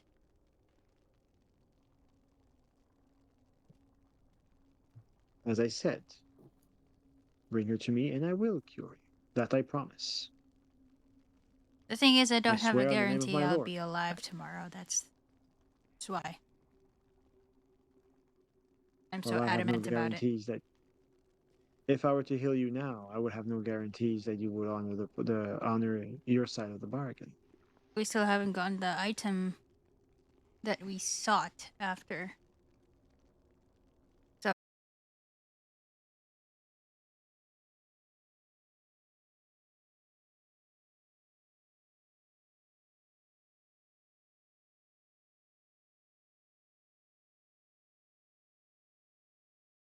See if I can get him Oh to God. cure Sparrow. You can try, but I mean, Oh, he will see yeah. you cast. And Yes. one thing's for sure, even if you succeed and say succession works, once he's finished the task that you ask of him, he'll know and remember that you cast suggestion on him. So I'm just saying, it's if you want to do that, that's fine. Just bear in mind, though, that's what's going to happen. Well, it's material, so I would just have to utter it, correct? Correct, but you would be uttering an incantation. It's obvious you're casting a spell. Hmm. Mhm. Here's a question But I'm curious yes, about. Do you believe the way in which Tatiana died plays a part in this curse?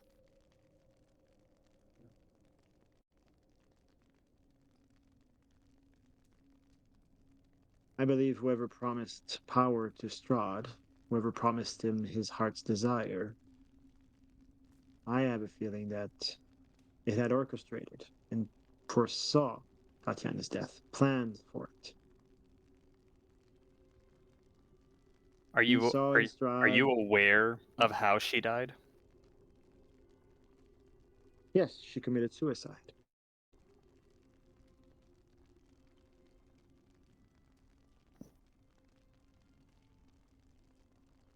Okay, so he does know. But is it truly suicide, or was she just was she just forced to kill herself out of circumstances beyond her control? I get a feeling that the power that bestowed Strahd's desires had no intention of truly. Well, let's just put it this way. Strahd did not was so blinded by his desires that he did not think carefully about the consequences of the offer that was in front of him. The malevolent force that gave Strahd his power played on words. For example, Strahd did get his greatest desires for a moment. He had Tatiana all to himself, but he didn't think about how long he would. After all, the forces that gave him his power never promised to give her everything he desired forever, for all eternity. You have to be careful what you wish for when dealing with higher powers. That was probably Strahd's gravest mistake.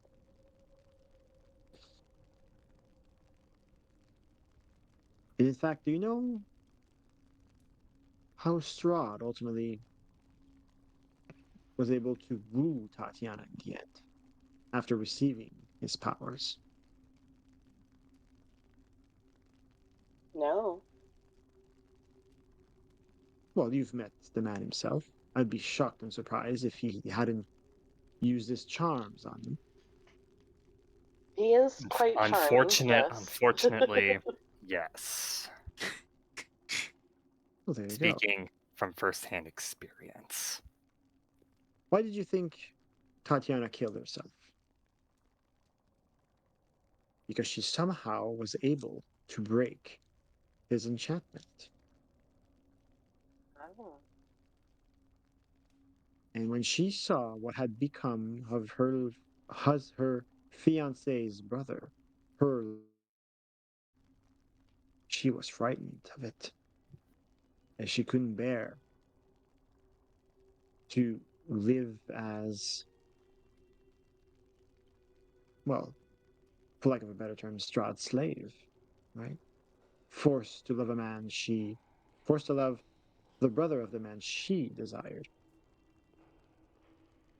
forced to love the man that killed the man she loved. She couldn't bear it. No, no small surprise that she took her life.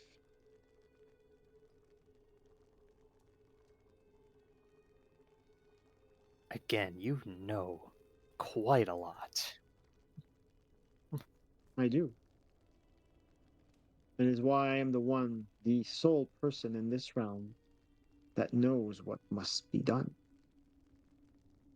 I feel And if like I'm you're not. sharing these, I feel like you're not forthcoming with us. You say you need the reincarnation of Tatiana, but you only need to gaze upon her. I don't think that's true. all right, well, he stands up, turns towards the woman to his right, and reaches for the metal mask that she wears. Wow. Uh, let's see here. How am I going to describe this?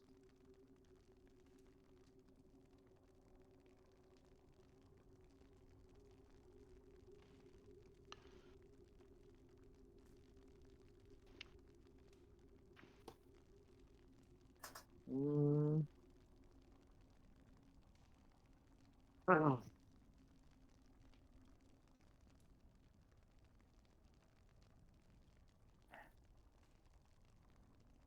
All right, so he reaches for the mask, removes it, and then I don't have a picture unfortunately because it would have been pretty hard to do this with AI. But anyway, he before you lies definitely the face of a woman, although all you see are muscle and sinew Mm.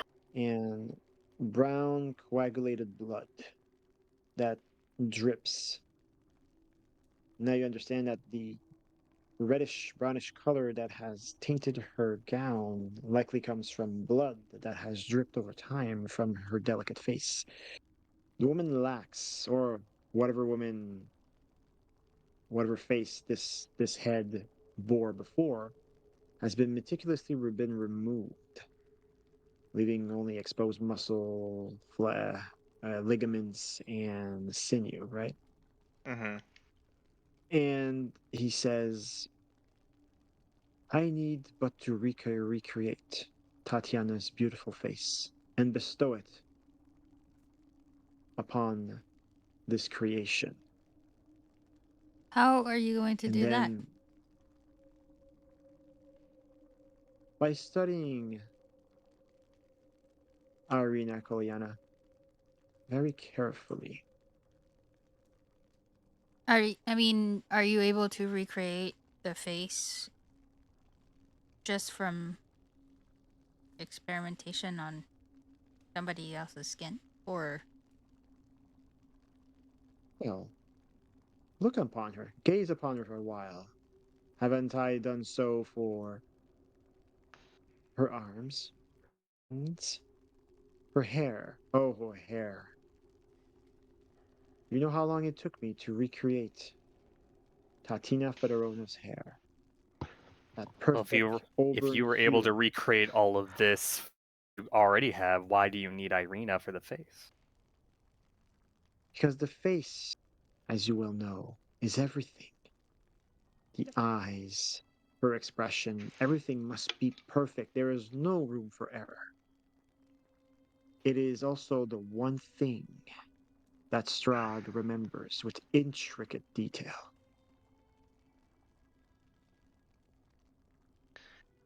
You said that a painting is just artistic rendition. It's not the true form. But what about a magical induced illusion? ooh, smart. Again, I thought of such a thing, although, again, the illusion is an expression of an artist, one with knowledge of the arcane arts. A different brush, for sure, but a brush none the same. That's not what I want. I need perfect fidelity. I need. There is no room for mistake here. Her face is what determines whether this creature I've spent decades creating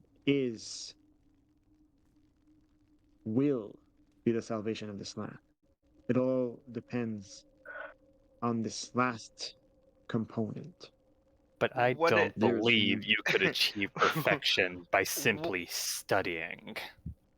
what if the soul is what he tried to and not the body?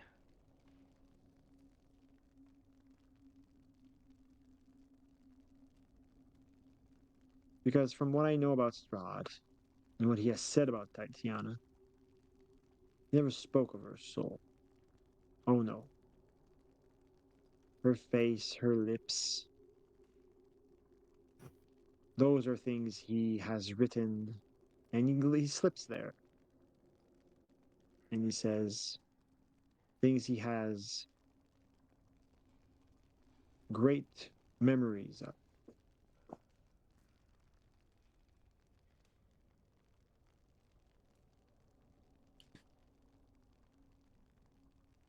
Fine, let's go to the library. And then I elbow Talia again. Mhm. But before you just, in response to that, Sparrow, yeah, but asks you, he says, if I were to heal you of your affliction, here and now, could you promise me that you would seek out Irina Kolyana and bring her here? Yes. Okay. Now I need to know, do you lie in any way? Am I?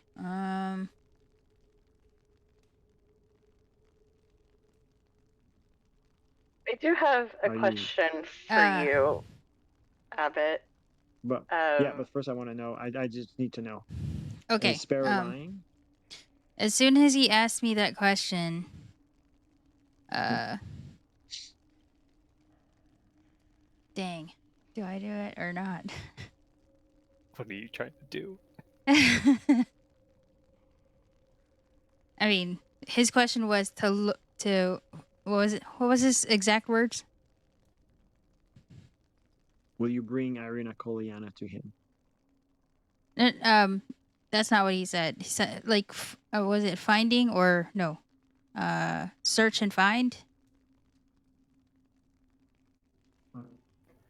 I don't remember exactly what I said, but Something to that extent, or no? Is just bring her here, or well, to he look for wants her her and here. then bring He her. wants. Well, he wants you to look for her and bring her. Yes, he wants her here. He wants you to bring her to him. Okay. Yes, I'm not lying. Okay. He looks dead in your eyes when you answer. His blue stare pierces almost your soul, as if he's peering into it when you answer.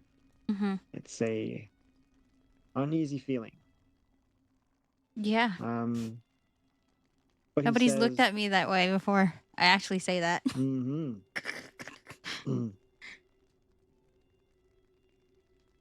I don't sense deceit coming from you. Very well. Come forward." I gave him the scroll. Okay. He looks at the scroll. He says, "I see. You need someone capable of casting this spell." Yes. He gives the scroll back to you. "I am no cleric." Well, I guess the deal is off then. "Not so fast." So wait, she has a scroll of greater restoration? "Yes."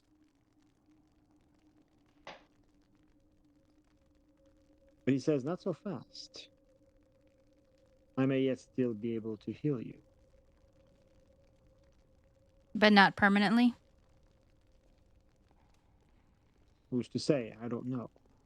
I can only try. Kneel before me. Kneel before the morning Lord. And I will bring as much of his divine power upon you.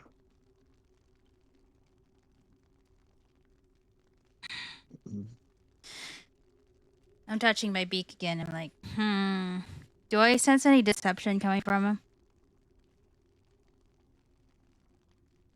No.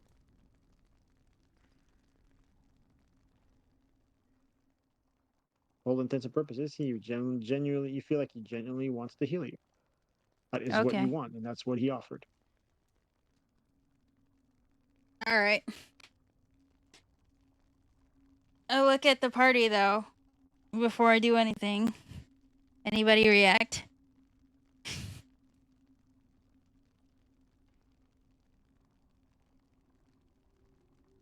I mean, I you guess. already told him that you would find Irina, so I don't know if anyone is going to react. I'd leave it to Talia. I zone out for a second. What did he say? He wants me to kneel so that he can bestow divine power on me to try and heal me without the greater restoration spell.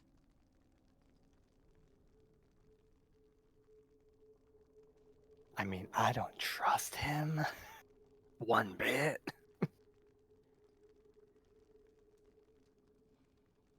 And you know damn well we ain't giving Irina to him. Are you actually saying all this or whispering? Because I'm just Well, looking around. you kind of promised that you would. Yeah. Yeah, Paul, you go ahead. did promise. So Yeah. that's going to probably cause some issues. I have to kill an abbot. I don't care. I will kill an abbot. He Oh, didn't yeah, say that'll be when. easy, I'm sure. So that was the key there for me. He didn't say when. I can cast a Not sure. higher level greater restoration scroll. You can, yes. There's a chance of you failing, but you can. It is. So if we want to go the violence route, I could at least try using it. Actually, I will ask him. Do you need the reincarnation, or Could you work with a magical copy to reference? We've I asked think- that. Yeah. But no, we were talking Right. about using illusion magic to just like That's what I said. send her off with Strahd, not for a reference. What do you Huh? intend in terms of magical copy?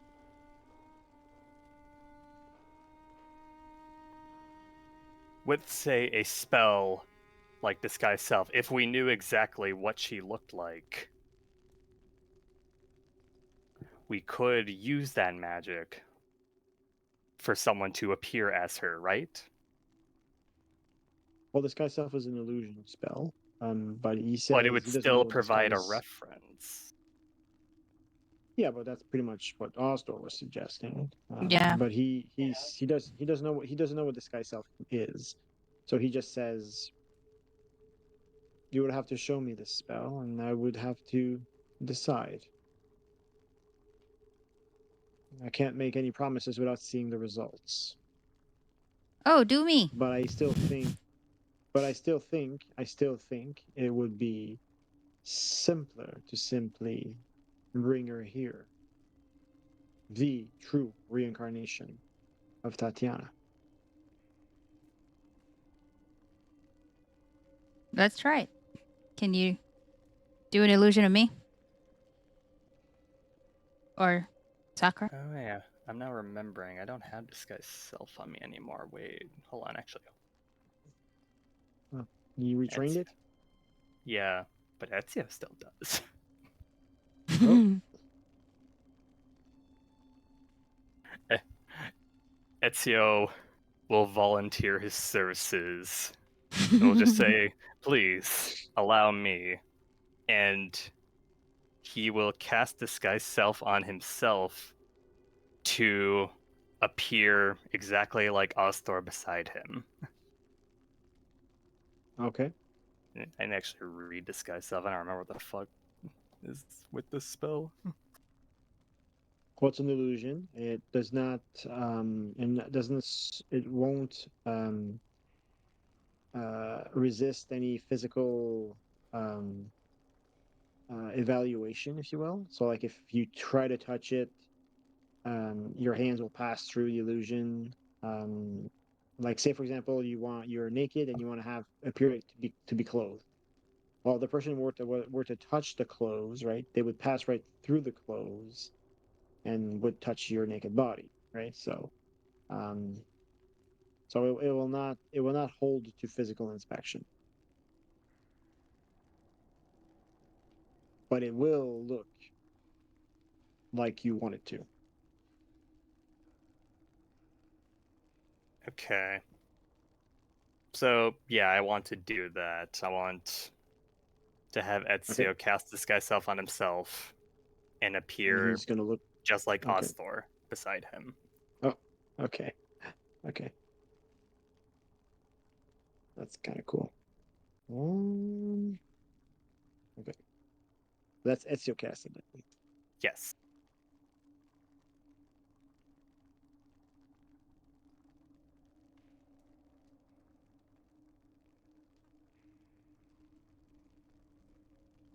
Alrighty. Um, so Ezio's hands move swiftly, tracing the familiar arcane gestures as he whispers an incantation. The air around him shimmers briefly, and in an instant, his features melt away, reshaping into the unmistakable form of Astor. His skin takes a violet hue, horns sprouting from his brows as his eyes glow with a faint yellowish glow. The transformation is flawless, down to the subtle shift in posture, though you know that the faintest flicker or touch will break the illusion. So the abbot is impressed. He approaches Ezio. He says, and looks back at Astor and says, "Remarkable, indeed." And he asks, "Well, Ezio, do you mind?" And he his hand comes forward. Ezio will mention that unfortunately, if you touch me, the spell will. Right, the spell ends if he's touched. Well, it doesn't Or- end. It's just he'll know. It's gonna be obvious it's an illusion. Okay. Okay, Yeah. so yeah, Ezio will say, "Go ahead." Okay. He tries to touch, but his hand passes through, and like for example, he touches the horns, and his hands pass through the horns where the horns are, and immediately the abbot says, "You waste my time. If I am to make her face perfect, I need to know how her skill feels, how it is to the touch. I need to caress, touch every imperfection, every potential scar.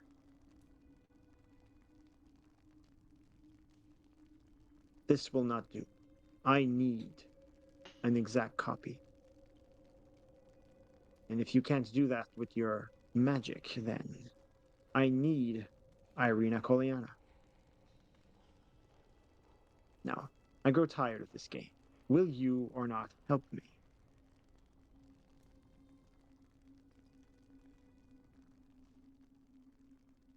I kneel.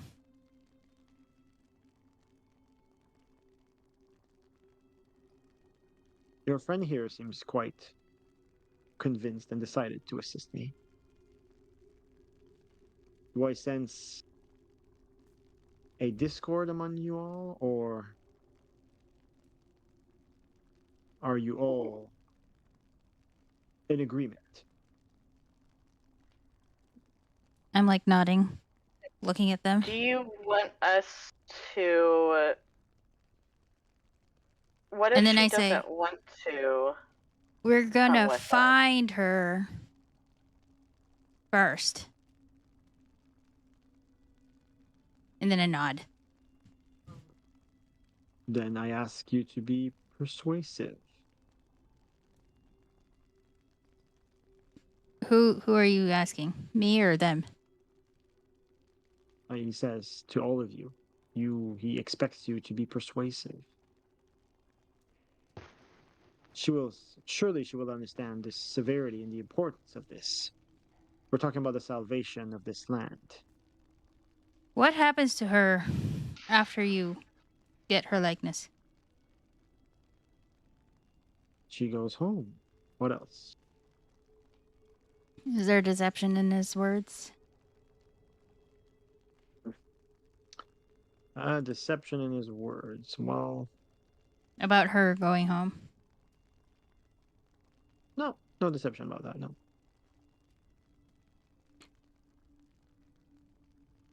Will she be harmed or will she be alive? Will she still have her soul when she goes home? Of course, she'll have her soul. He's being purposely vague about exactly what he will do.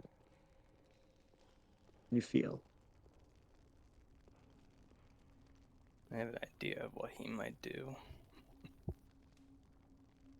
He's probably gonna put the soul in the lady beside us. But that's not in the game.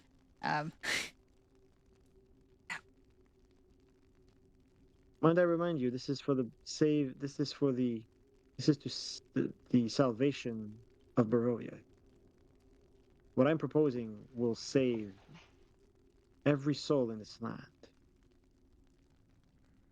Shouldn't that be enough to convince you? After all, one woman's this individual needs, even yours combined, pale in comparison to the desire and needs of an entire populace, every soul in this land. Isn't this the good thing to do? The noble, righteous thing to do? Do you believe the Morning Lord would agree with you that it's the right thing to do? The Morning Lord has allowed this to happen. The Morning Lord as giving me the knowledge and powers to do so. The Morning Lord has brought me to this realm for a reason. This is why. Are you from a different realm? It matters not where I'm from. Matters is what I am destined to do.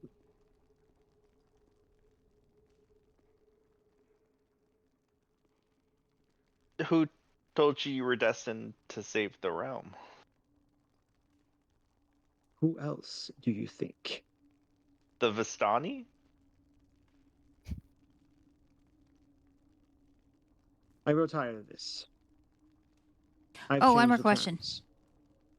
Hmm, Do you know a cleric who can use this scroll?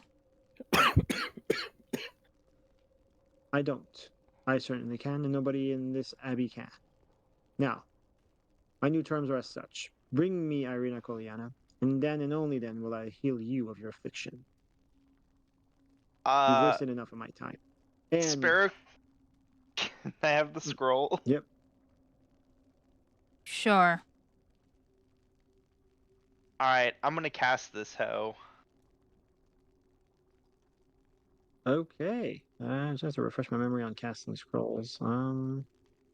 It Let's was just ability check using your spellcasting ability modifier against a DC of 10 plus the scroll's level. okay. So yeah, I have to figure out. So this is Greater Restoration. I think it's a level 5 spell. So 15? Or, well, one sec. Let me check. Yeah, it's a 5th level spell. So the DC. So you have to do an ability, just an ability check. So that means 1d20 plus your bonus to Charisma. Okay, no proficiency bonus added. Just a 1d20 plus Charisma bonus, and you have to beat 15. You have to roll 15 or higher. Okay. Okay, so it would be a +3 since it doesn't include my proficiency. It does not include your proficiency. It's just an ability check. Ooh. So it's just 1d20 plus 3. You have to beat 15. Okay. You can use inspiration, of course, whatever. Yeah, that sounds good. I think we can make this. Oh man. I was just wondering. Yeah, I don't have anything like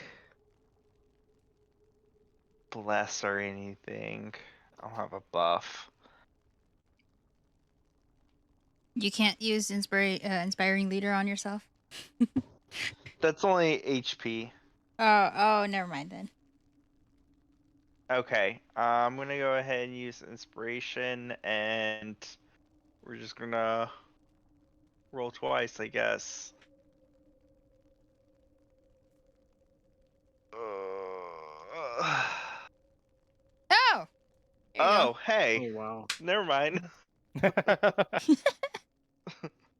Am I cured?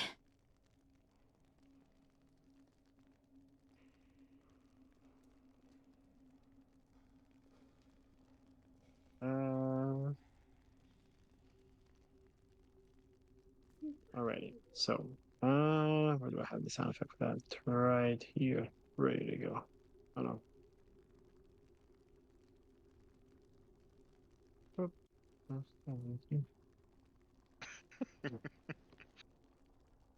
loading, loading, loading. Was not expect you to succeed that, but hey. uh, All right. All I right. just Now like look that at him is like, I guess I get it. all right. So, Ostor, your finger gripped the ancient scroll, the inked words shimmering faintly as you read aloud the incantation, courtesy of Rudolph Van Richten. The incantation flows from your lips, each syllable resonating with a celestial power that stirs the very air around you. A brilliant golden light erupts from the scroll, enveloping Spah Roh, the warmth spreading through her like a soothing balm. The chains of addiction dissolve, leaving her body light and free, as if a burden she had carried for so long has finally been lifted. Spah Roh, you blink, the haze lifting your eyes, feeling clear headed and whole once more. I pick up Ozdor and hug him, and you know the whole like spinning around hug. Yeah, that's what I'm doing right now. When I get the chance, I'm gonna break off a piece of jerky and I'm gonna stick it in her beak. Taste Sparrow. It doesn't taste like ash. It's wonderful. And then I turn to the Abbot and I'm like, see all you had to do. Oh my god. I would have done everything you asked me, Abbott. Just saying. He's Now the so deal's off. dishing us. All right, guys, let's pack it up. Oh. Let's get out of here. Well, we gotta go to the Oh library. my god.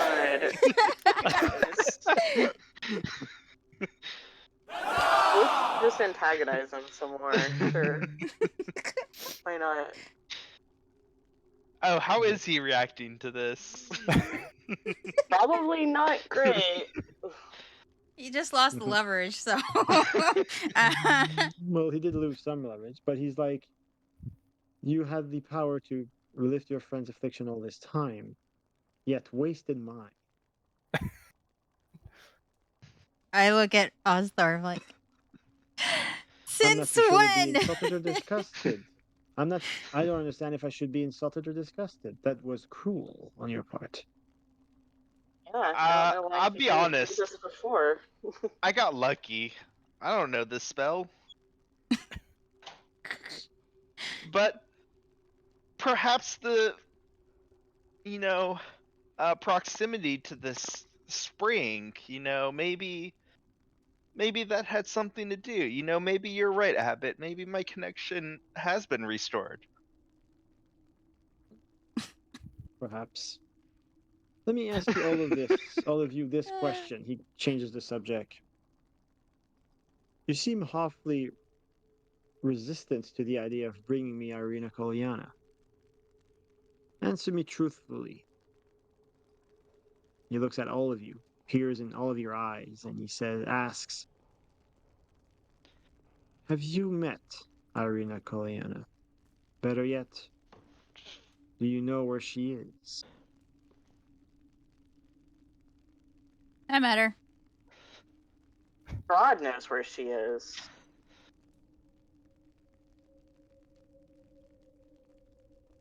I'm asking you. You've met her, you say. Yep, So Yeah, you know where yeah, she we met her. is. briefly. Met her, and Strahd specifically asked us to protect her.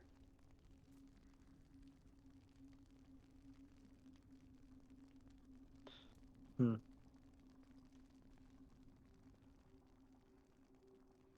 All right. I confess I haven't been completely truthful, but I put it all on the table now. The object that you seek from the reading, I know what it is, and I have it. Bring Marina Kolyana, and it's yours. If you still wish to peruse my library, of course, that offer still stands as well, with no payment attached. But if you seek the item if you want the item you seek, I will only relinquish that in exchange for Irina Kolyana. Will you I guarantee her don't know. safety? Unharmed, alive, with her soul in her current body.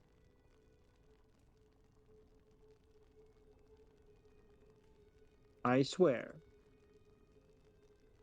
that she will have her soul intact.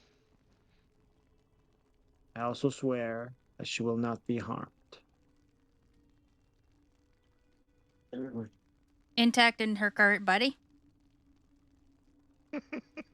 Intact in her current body.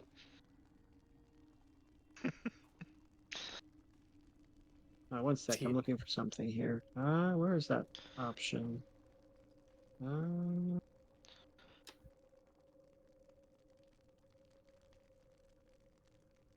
Yeah, okay. I telepathically asked the sword, do you think he's being truthful about this?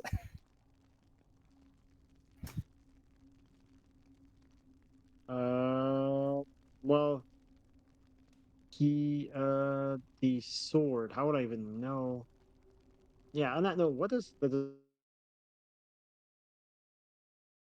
Ah! Please come back. Please come back.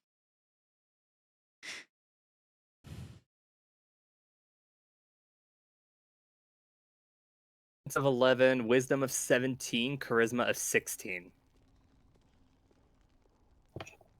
So it has those stats. okay, wisdom of 17? You said Yes. so +3 basically. If I were to ever bullshit, I guess. Okay, no, it's a good point because I haven't really been considering the sword for. Okay. Well, no, the sword does not pick up on it. So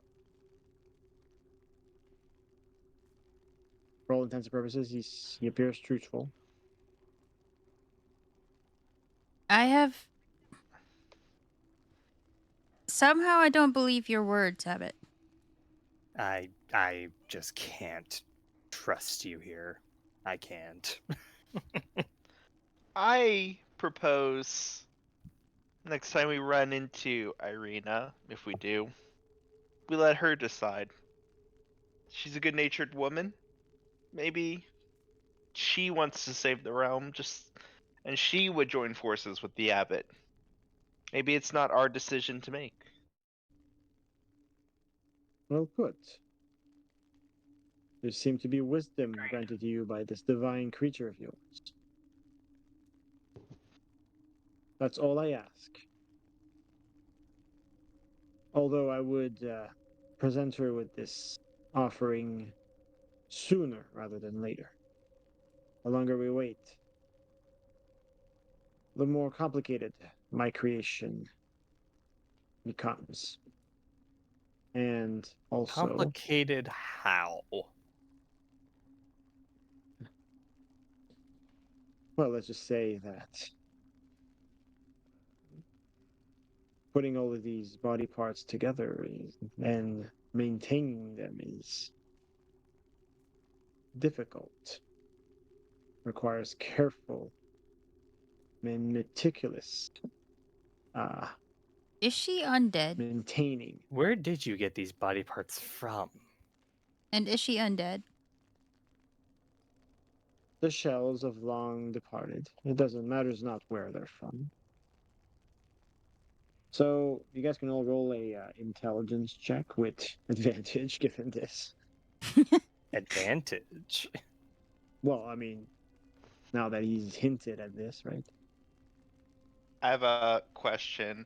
Would greater Anybody? restoration Yeah. cure Sparrow's drunkenness? My Well, addiction actually, no. to Actually, drunkenness? Nah, that's literally my monk way of living. If you cure that, But you're not getting a fighter I anymore. was wondering if it would also cure, like, make you sober. Oh, if it so made me sober now? yeah, Yeah. yeah. Oh, She could just right, yeah. get drunk again. Restoration, the lesser restoration spell would probably heal anybody with a hangover, anybody that's drunk. Oh, But did in not the having a moment, hover. right? It wouldn't make, well, even drunk. It wouldn't make them immune to being to alcohol afterwards. So you could Sure. I probably, was yeah, just heal. wondering if, Yeah, like, it would also sober her up. it would. It would. It would. A lesser restoration spell even would do that.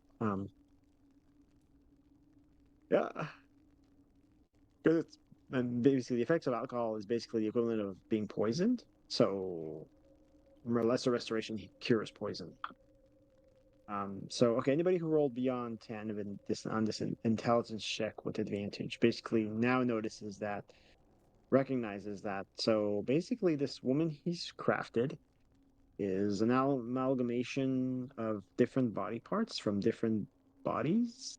Oh my Answer the god. same body that he's sewn together a la Frankenstein, and yeah, and he's brought it to life. So this is, for all intents and purposes, a flesh golem. This Oh. Do woman you- is a flesh Yeah. golem. Was that? I guess I wasn't there, so I only know secondhand. And now it dawns on you, right? The people outside that are Probably his creation too. or his earlier tests, yes. He did have to practice to get it right. uh, I so love the abbot. Such a cool Full Metal character. Alchemist right here. Mm-hmm. I know. Definitely one of the more interesting characters in the game. Although there's a lot of interesting characters in this campaign, the abbot is, to me anyways, up there.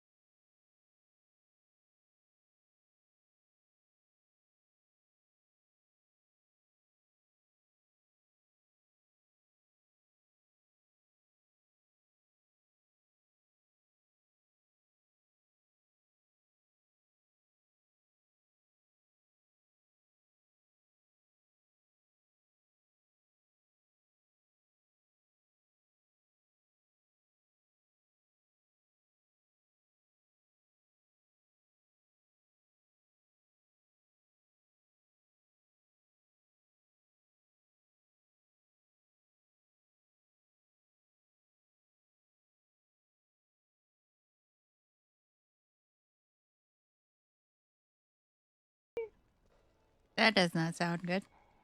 Let's head to the library. And that's what I thought you might say. I'm starting to pull Talia. I'm like, let's go to the library. Come on, let's go. Yes, if you wish to go to the library, follow me.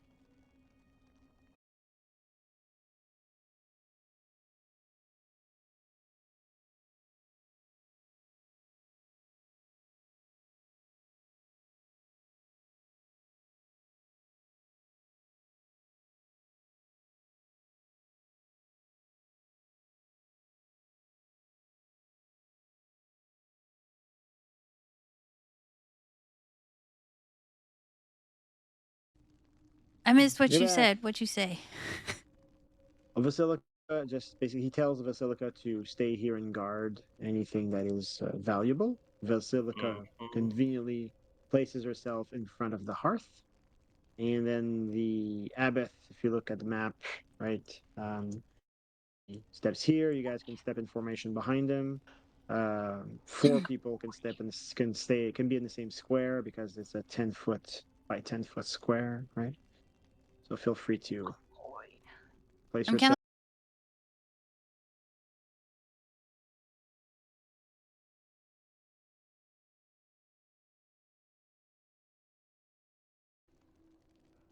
All right, so S13.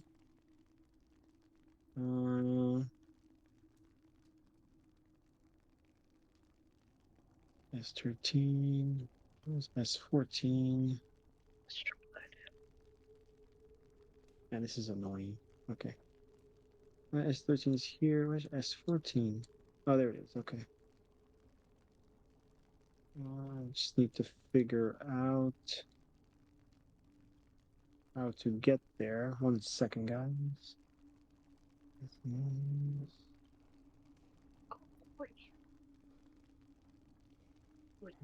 Seven. Belgium. Yeah, okay. There. Oh, okay, it's upstairs. 1 second here. It's S what again? S20. What was that? Ah, yeah, it's upstairs.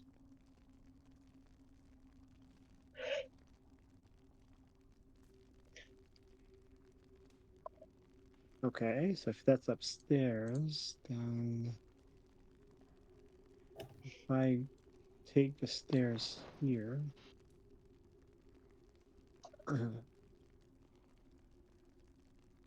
Okay, S13. Doo-doo-doo.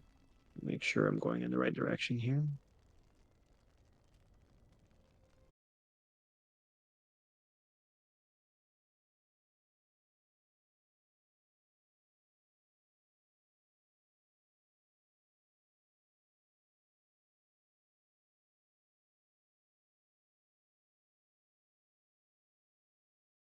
I was looking for. Okay, and the characters in this here making. That's 15. Okay.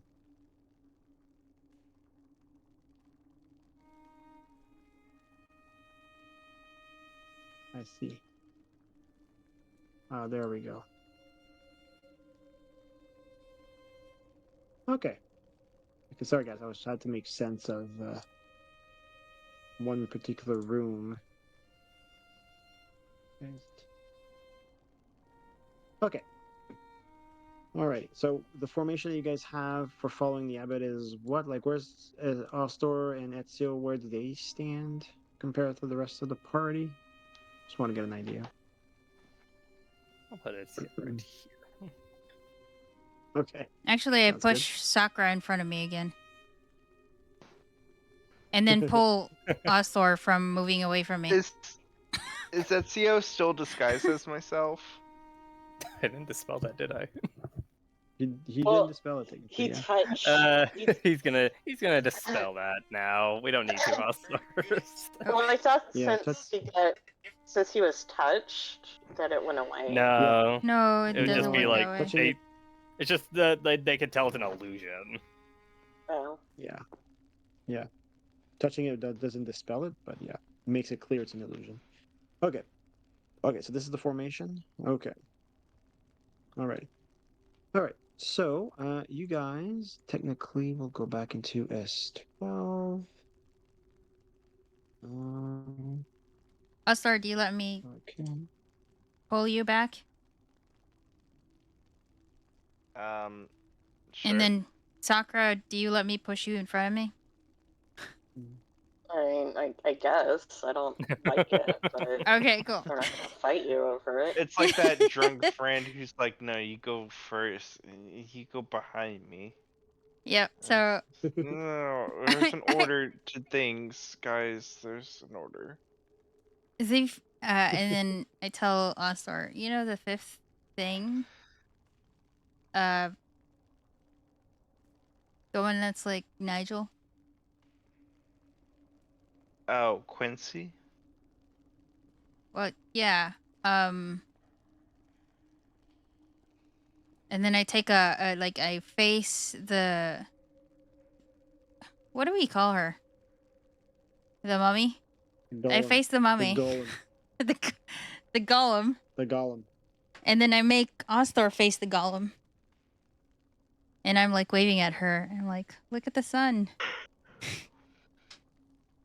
And then I make him face forward again toward the abbot. And then I look at him. Did you understand anything that I did? I look at her. Oh, sweet. Look at the sun too. How big is this disc, by the way? Oh, I think it's about. I'd say it's about the size of. I'd say it's a good about 5 inch by 5 inch Oh, it's tiny, circular huh? disc. Yeah, on the wall. It's a 5 inch by 5 inch golden disc. Yeah. So it doesn't weigh that much. Can I think I made Strahd's made of diary gold, is but- behind it. can I assume that Quincy is invisible and stealthy this whole time? I would say invisible, but not stealthing. Okay. So I'll pick up on What I'm like suggesting. Yeah. And if the imp polymorphs, can they retain invisibility? No, no, because it'd be casting a spell and that cancels invisibility.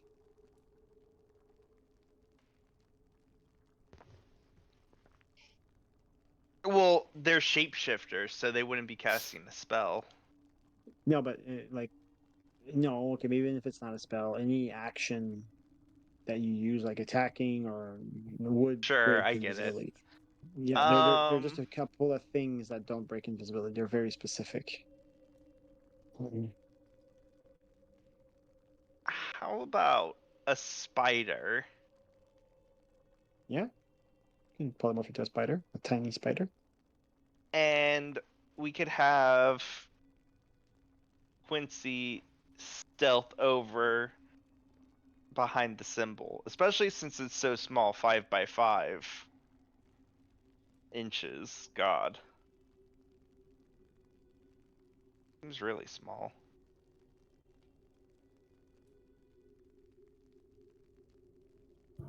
Okay. So that's what Alright. you order Quincy to do telepathically? Yeah, and Quincy can go take a look at the behind the symbol. Okay. Okay, so you order Quincy telepathically to transform into a spider and approach the symbol of the golden symbol of the sun on the top of the mantle. So Quincy forms his form warps and shudders. It's his devilish features melting away like wax in a flame, and he shrinks rapidly. It's his leathery wings vanishing into the fold of its now diminutive body, and he becomes a tiny eight-legged spider. It's his beady eyes gleaming with mischievous intelligence as it scuttles across the ground, leaving a trail of silking thread in his wake as he heads towards the mantle. Alrighty. So he'll take him some time to cover that distance and get up there. In the meantime, you guys can continue on your way. Is that what you guys do? You leave, like the abbot is leaving the main hall Mm-hmm. through the door that's Yeah. here. So you guys follow? Okay. Yeah. All right. He opens the door outside into the courtyard.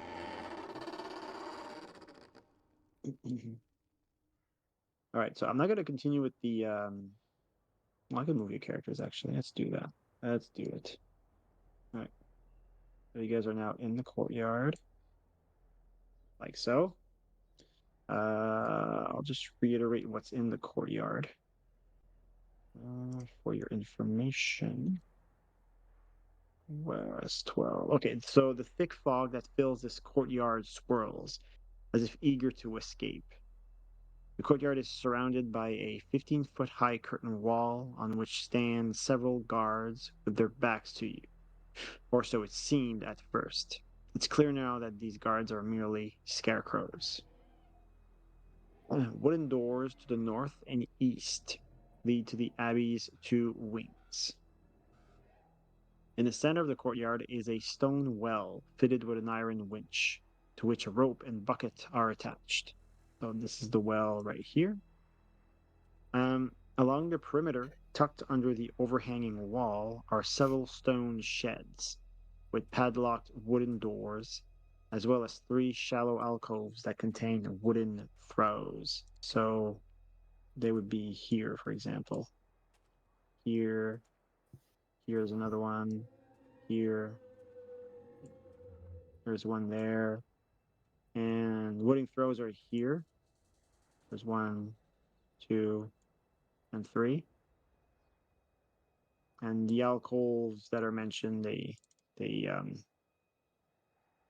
well rather the sheds that are closed and locked with that are padlocked. There again, there's more here. Does that make sense for everyone? Mm. Mm-hmm. Okay, perfect. Um, two wooden posts pounding into the rocky earth have iron rings bolted to them, And chained to one of them is a short humanoid with bat wings and spider mandibles. This is right here. So I could kind of move you guys a bit closer here. There we go. And what else after that? The quiet is shattered by horrible screams coming from the sheds. And you guys could kind of hear that in the audio. There's a bit of weird guttural sounds coming from those sheds. Like that. And what else?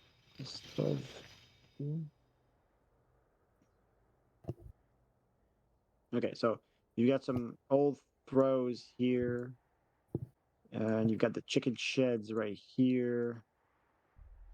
And yeah, so and what else? You have the tethering posts, obviously, right here. There's one here and there's another one there.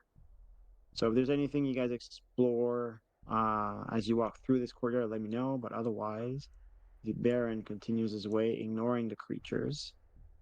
And he heads to the door here. Yes, I'll move you guys behind him. Like so. Oops.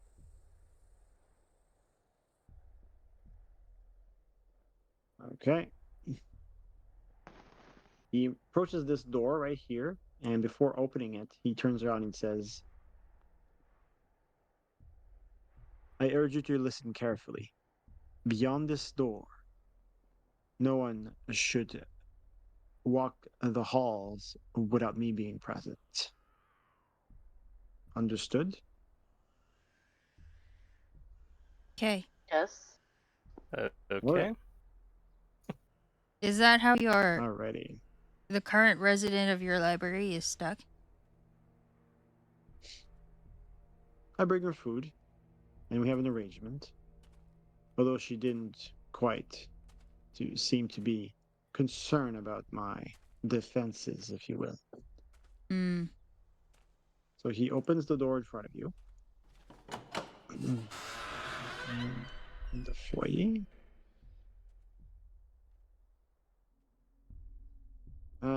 This room used to be an office, as evidenced by the remains of a desk and a chair, both of which have been smashed to pieces. I'm gonna put you guys in the room. There you go. This is the furniture that's smashed into pieces. A hallway to the south leads to a staircase. So this would be here. The staircase goes up to the floor above. There's also a dark passage to the east. It would be this passage here. It's full of unnatural whispers, mad laughter, and bestial odors. This place is so fucked. Beyond the dark corridor, you also hear the sound of heavy footsteps walking down the corridor. Although from here, you guys can't see quite what that would be. Some Edward? of you with dark vision will have to move a little closer. So you can follow the abbot if you want. He walks into in this direction. And do you guys follow? Yes. Yeah. Okay.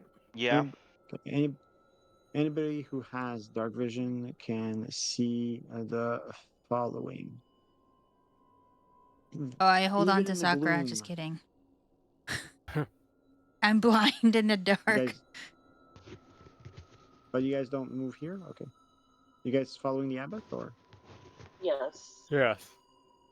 Okay. I Move can't next to see the where abbot he then. is. Yeah, I can't see where the abbot is. Oh, that's weird. 1 second. Oh, I can see him now. Yeah, because you do have dark vision, right? Yeah. Do you? No, I don't. No. Oh, you don't have dark vision. Okay. Oh, who has dark vision? I think just me and Oslar. Then I hold think on to actually, Talia. I don't even know if I have that. I know for sure I have dark vision. Yeah, it's just It's me completely and dark, Sparrow that Oh, don't. I do have dark vision. Yeah. Yeah, I thought you did. and it's completely dark in this room for you guys. No. No, not completely dark. Just Right. No, you should have two windows, right? There should be a window on here Oh yeah. and here. I can You guys see can see like through those windows? Okay. Yes. Okay. sort of, not very much. Okay, perfect. Okay, yeah, but what? Okay, but you guys, some of you don't see what's beyond here, right? I I don't see it. have I the. don't see You that. do, yeah. I mean, You I I do. can see see Okay, it. it. okay, yeah. Whatever Okay, that thing I was trying to is. make. I don't Yeah. have the So, the light thing turned on, so I can no, see you don't. the entire hallway. Nope, you're not allowed to see. I know. That's what I'm just saying. Oh, I'll I see take that nothing. off Don't then. worry. It's okay.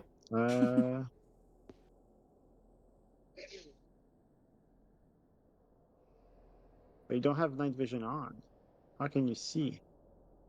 I don't know. It's very bright. Is it the Rufus camera for the stream? No, I don't have Rufus Uh, out. Yeah, it's saying here that you have vision, but night vision is off for you. That's weird. Maybe you Again, should turn I'll it figure on. that out later. Or I can see very little. It's okay.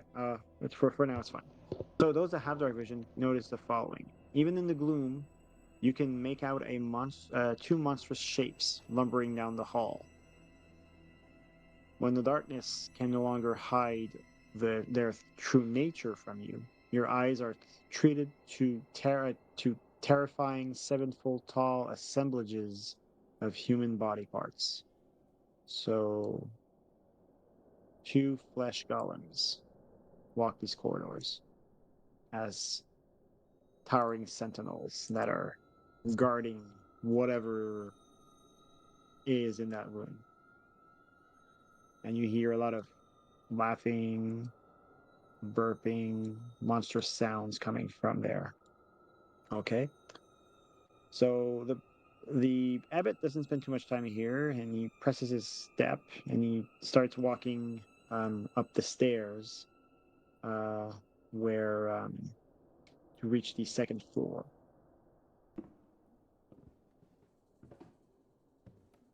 And now we go to which room?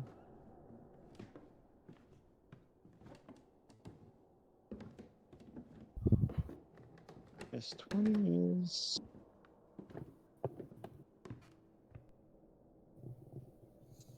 Go to S20, which is where you guys should be.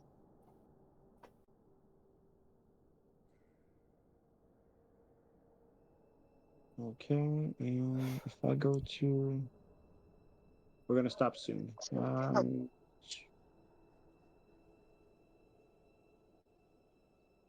S20 is what?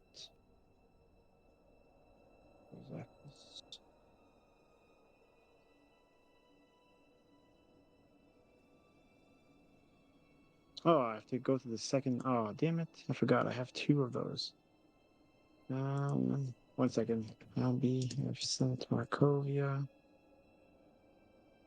Two. This place is too big for one sound set.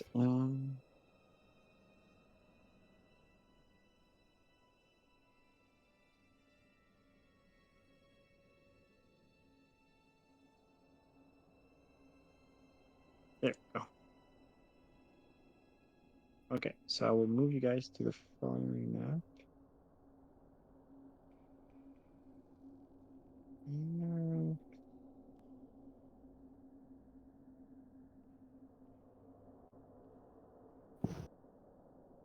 Okay, last one is right here. Where are you guys? Players. Okay, I'm gonna put everybody here. Oh, I'll put. Forget what order you guys were in. I think it was Ezio. It Sakura, was Sakura. myself, and then Talia, and then Nosler, I think. Yeah.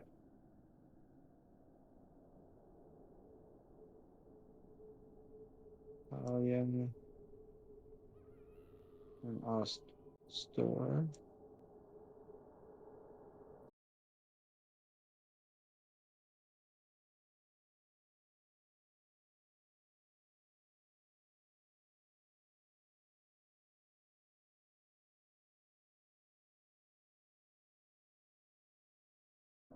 I can get to my notes. There we go.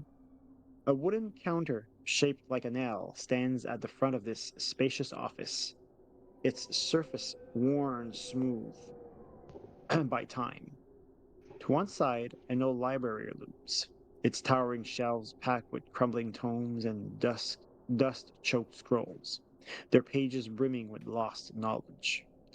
Amid the decay, a black-haired woman leans over a rotten desk, poring over ancient texts. There are fragile pages scattered across the floor, a testament to hours, if not days, of study. As she lifts her gaze, the flair of a Vistani traveler is evident in her attire, but her cold, calculating stare belongs to a seasoned adventurer who has seen far too much. From below, whoops, laughter, and distant screams echo through the floorboards, a chilling reminder that this place is far from abandoned. All right. Ah, you have new visitors, Abbott. Interesting. And then her eyes crosses that of Ezio, and she says, Ezio, is that you? And then Ezio just responds, Ez, you've been here this whole time. And I will show you a picture of this woman, and this is where we'll stop for tonight. Just looking back and forth between them. You two know each other? Is this your I'll show you a long couple of lost pictures. master? Esmeralda. Yep, that's her. Esmeralda Davenier. There's another picture of her in combat. Wait, she has an This axe. is Yes. there's an axe Yes. and a long sword. Yes. Here's really old art of her from like old Ravenloft.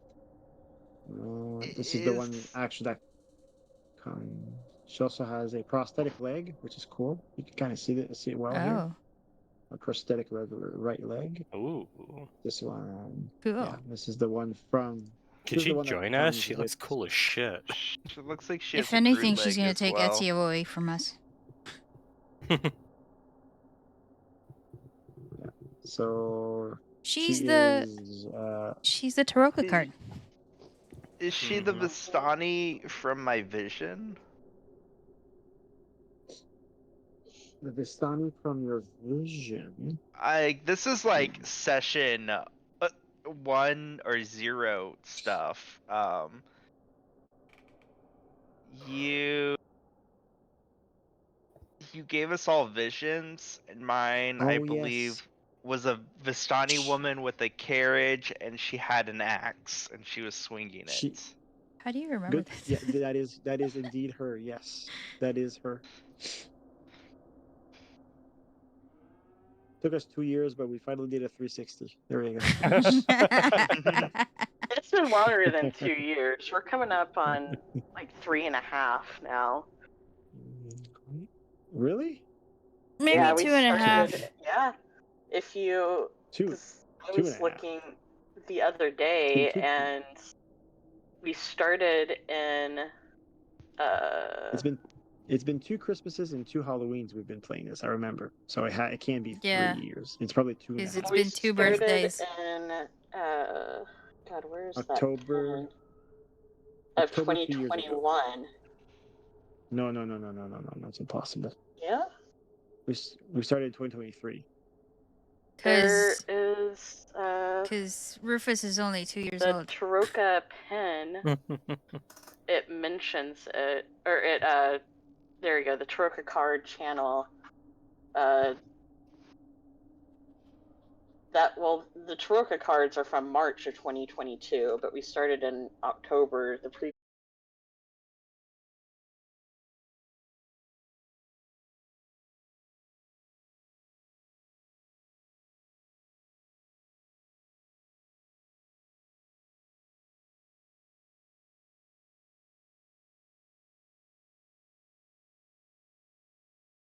Oh, you're right. We Mhm. did. But P Gang for life. This is just a drop in the bucket in our long and future friendships. Well, it's a pretty big drop, but yeah, sure. I get it. Look, to my knowledge, nobody in P Gang has died. Therefore, nobody in P Gang will ever die. We'll be friends forever. Whatever happened to Jovening? Whatever happened to Peanut? Peanut, yeah. All right, so I guess we'll stop the game here tonight. I know it was a lot of role play, but it was a lot of exposure, but yeah, it's unpacking the Abbott really. What do you guys think of the Abbott? We immediately did not like the guy. You did like the guy? Oh. He was withholding, Me and we were like, especially. I want to kill him.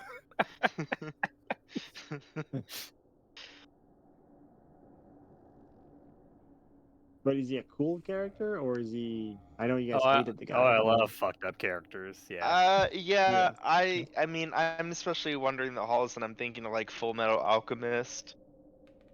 Yeah. But Oh, yeah, I mean, weirdo. Pretty weirdo. Yeah. Well, Although we're gonna have to steal that shit. he That also sure kind of shit. reminds me. You'll get this, Paul, like the Forge Masters in Castlevania. yes, yes, yes. That's exactly what he is. Yeah. That's a great analogy, actually. Yes. Mm.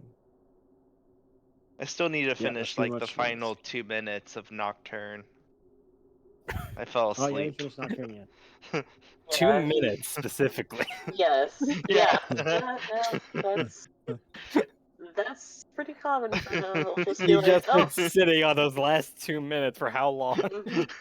a few Jeez. minutes at least. Yeah, like Pretty intense to almost a fall month. asleep on the last. Pretty intense to fall asleep on the last 2 minutes of that show. You know, And honestly, I'll be watching a fight scene in anime and I just fall asleep because like like it's a wow, fight scene and it doesn't matter until like the final blow, so like the in between doesn't matter. right. Depends on the animation quality. That's pretty good in this anime. It's really good. Mm. Okay, so I'll close the audio and log out. All right, so here's the first mention of costs. What do you mean by that, Dana? When you invited me to play, it Oh, was August 10/21. all right, so 21 it is. Okay, I stand corrected. Awesome. So do Okay. I. Damn. All right. Been a long time. Cool. Been a long time. All right. Well, I hope you guys are still enjoying the game. Oh yeah. Yeah. Even though it's been a long time. Yeah, so yeah, I think you guys have a good idea where your treasure is. We'll see what you guys decide to do to get it. Um, If I have to kill him, so be it. Good oh luck with boy. that. We'll get swarmed by Well, his creations. Just saying. bunch of murder hobos. Okay. Just We'll remember never be that. allowed back in Kresk after this. I can fly away. You guys are not It's not like flying, it's so. important or anything, according to Paul. I think we're getting to all the important shit right now. At least I think. I have no idea. I'm sure there'll be no implications. And Sparrow won't die. Also, like in regards to the Burgomaster's son, it's like I don't fucking know. Well, I mean, yeah. If you guys, yeah, it'd be interesting to see if you guys just leave the Burgomaster's son as is. But anyways, I sure shit can't do anything for him. there's only one person who could do something more. I believe in you, Astor. Yeah, he needs a level though. You would need a level to get greater restoration. But he's on the cusp of getting level 9, right? You guys should be getting close So to what you're level 9. saying is we should just kill everything here. Go I'm back not to the saying tower, activate the blue dragon, and kill him.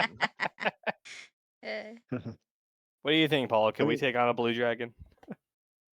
The blue Oh, God, dragon. no. Yeah, so yeah, you guys could probably take on a blue dragon, yes. Be a good fight, but yeah, you could. You definitely could. But there's still a lot to explore if you ever want to explore the Abbey. It's a pretty cool place. But yeah. Just be mindful of the golems. If the abbot is not there, the abbot tells you that the golems might not, like that. So you're not accompanied by the abbot. With the power of invisibility, we can go anywhere. That is true, though. Yes, that is true. Yes. Yeah. Okay. So we'll continue the next game. This is where technically the point where I could get rid of Ezio, technically. Right. Now that he's reunited with Esmeralda, I'll probably have him stick with Esmeralda. Yeah, Um, that's what I was thinking. but That you Esmeralda were is gonna do. not gonna be Esmeralda's gonna be around. Um, I mean, if you look at your Charoka card reading, technically she's your destined ally, so she has to be around. So yeah, so that's We're just always gonna going to be get an to a option point for. we're just gonna lead an army to Ravenloft. Well, you wouldn't be the first to try to bring an army to the Ravenloft, but point is, by having Ezio attached to Esmeralda, it's kind of a good thing because if school comes back and decides to play again, then he could just pick up where he left off. He could have the character. It wouldn't be that Indeed. far fetched for him to just grab the character again, right? So yes, but yes, I'm gonna try to find a way to have both Esmeralda and Ezio leave. Esmeralda will be your destined ally. You will pass with her again. But for the short term, at least, you guys will have Ezio out, so it's gonna make Talia, make Ben's life a lot easier. So there you go. Okay, doke. So with that being said, great game. Thank you for coming, and we'll likely play next week unless get sick or Trump decides to do something stupid. So anyway, we'll see. So yeah. So Monday. So Monday, every fucking every Monday is like, oh man, what does this week hold for us? Ugh, anyway. Oh my God, if you could just stop calling us the 51st state, it would make my life easier. It's fucked hard. Oh my God. All right. So you guys have a great week, and I will catch you all Saturday. Thank you for coming. Good night. Good night, Have a good night, everybody. guys. And it was just me. All that's left. Oh, Ishi's in the lobby. Should I raid or not? I guess. Question. That was a good session. Very roleplay heavy, but shenanigans. So anyway, let me see if I can raid somebody or not.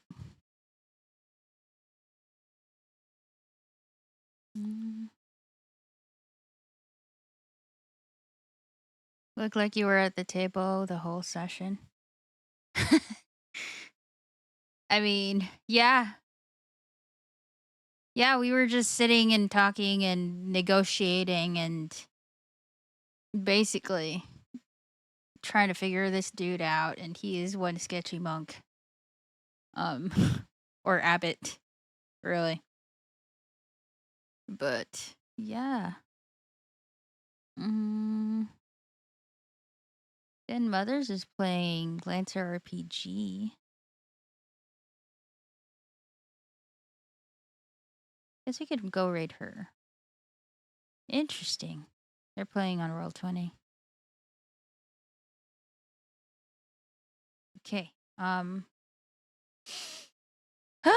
right. So again, I'm so sorry about my internet being so bad with the disconnections. But other than that, I do hope that you guys enjoyed the portions that were connected.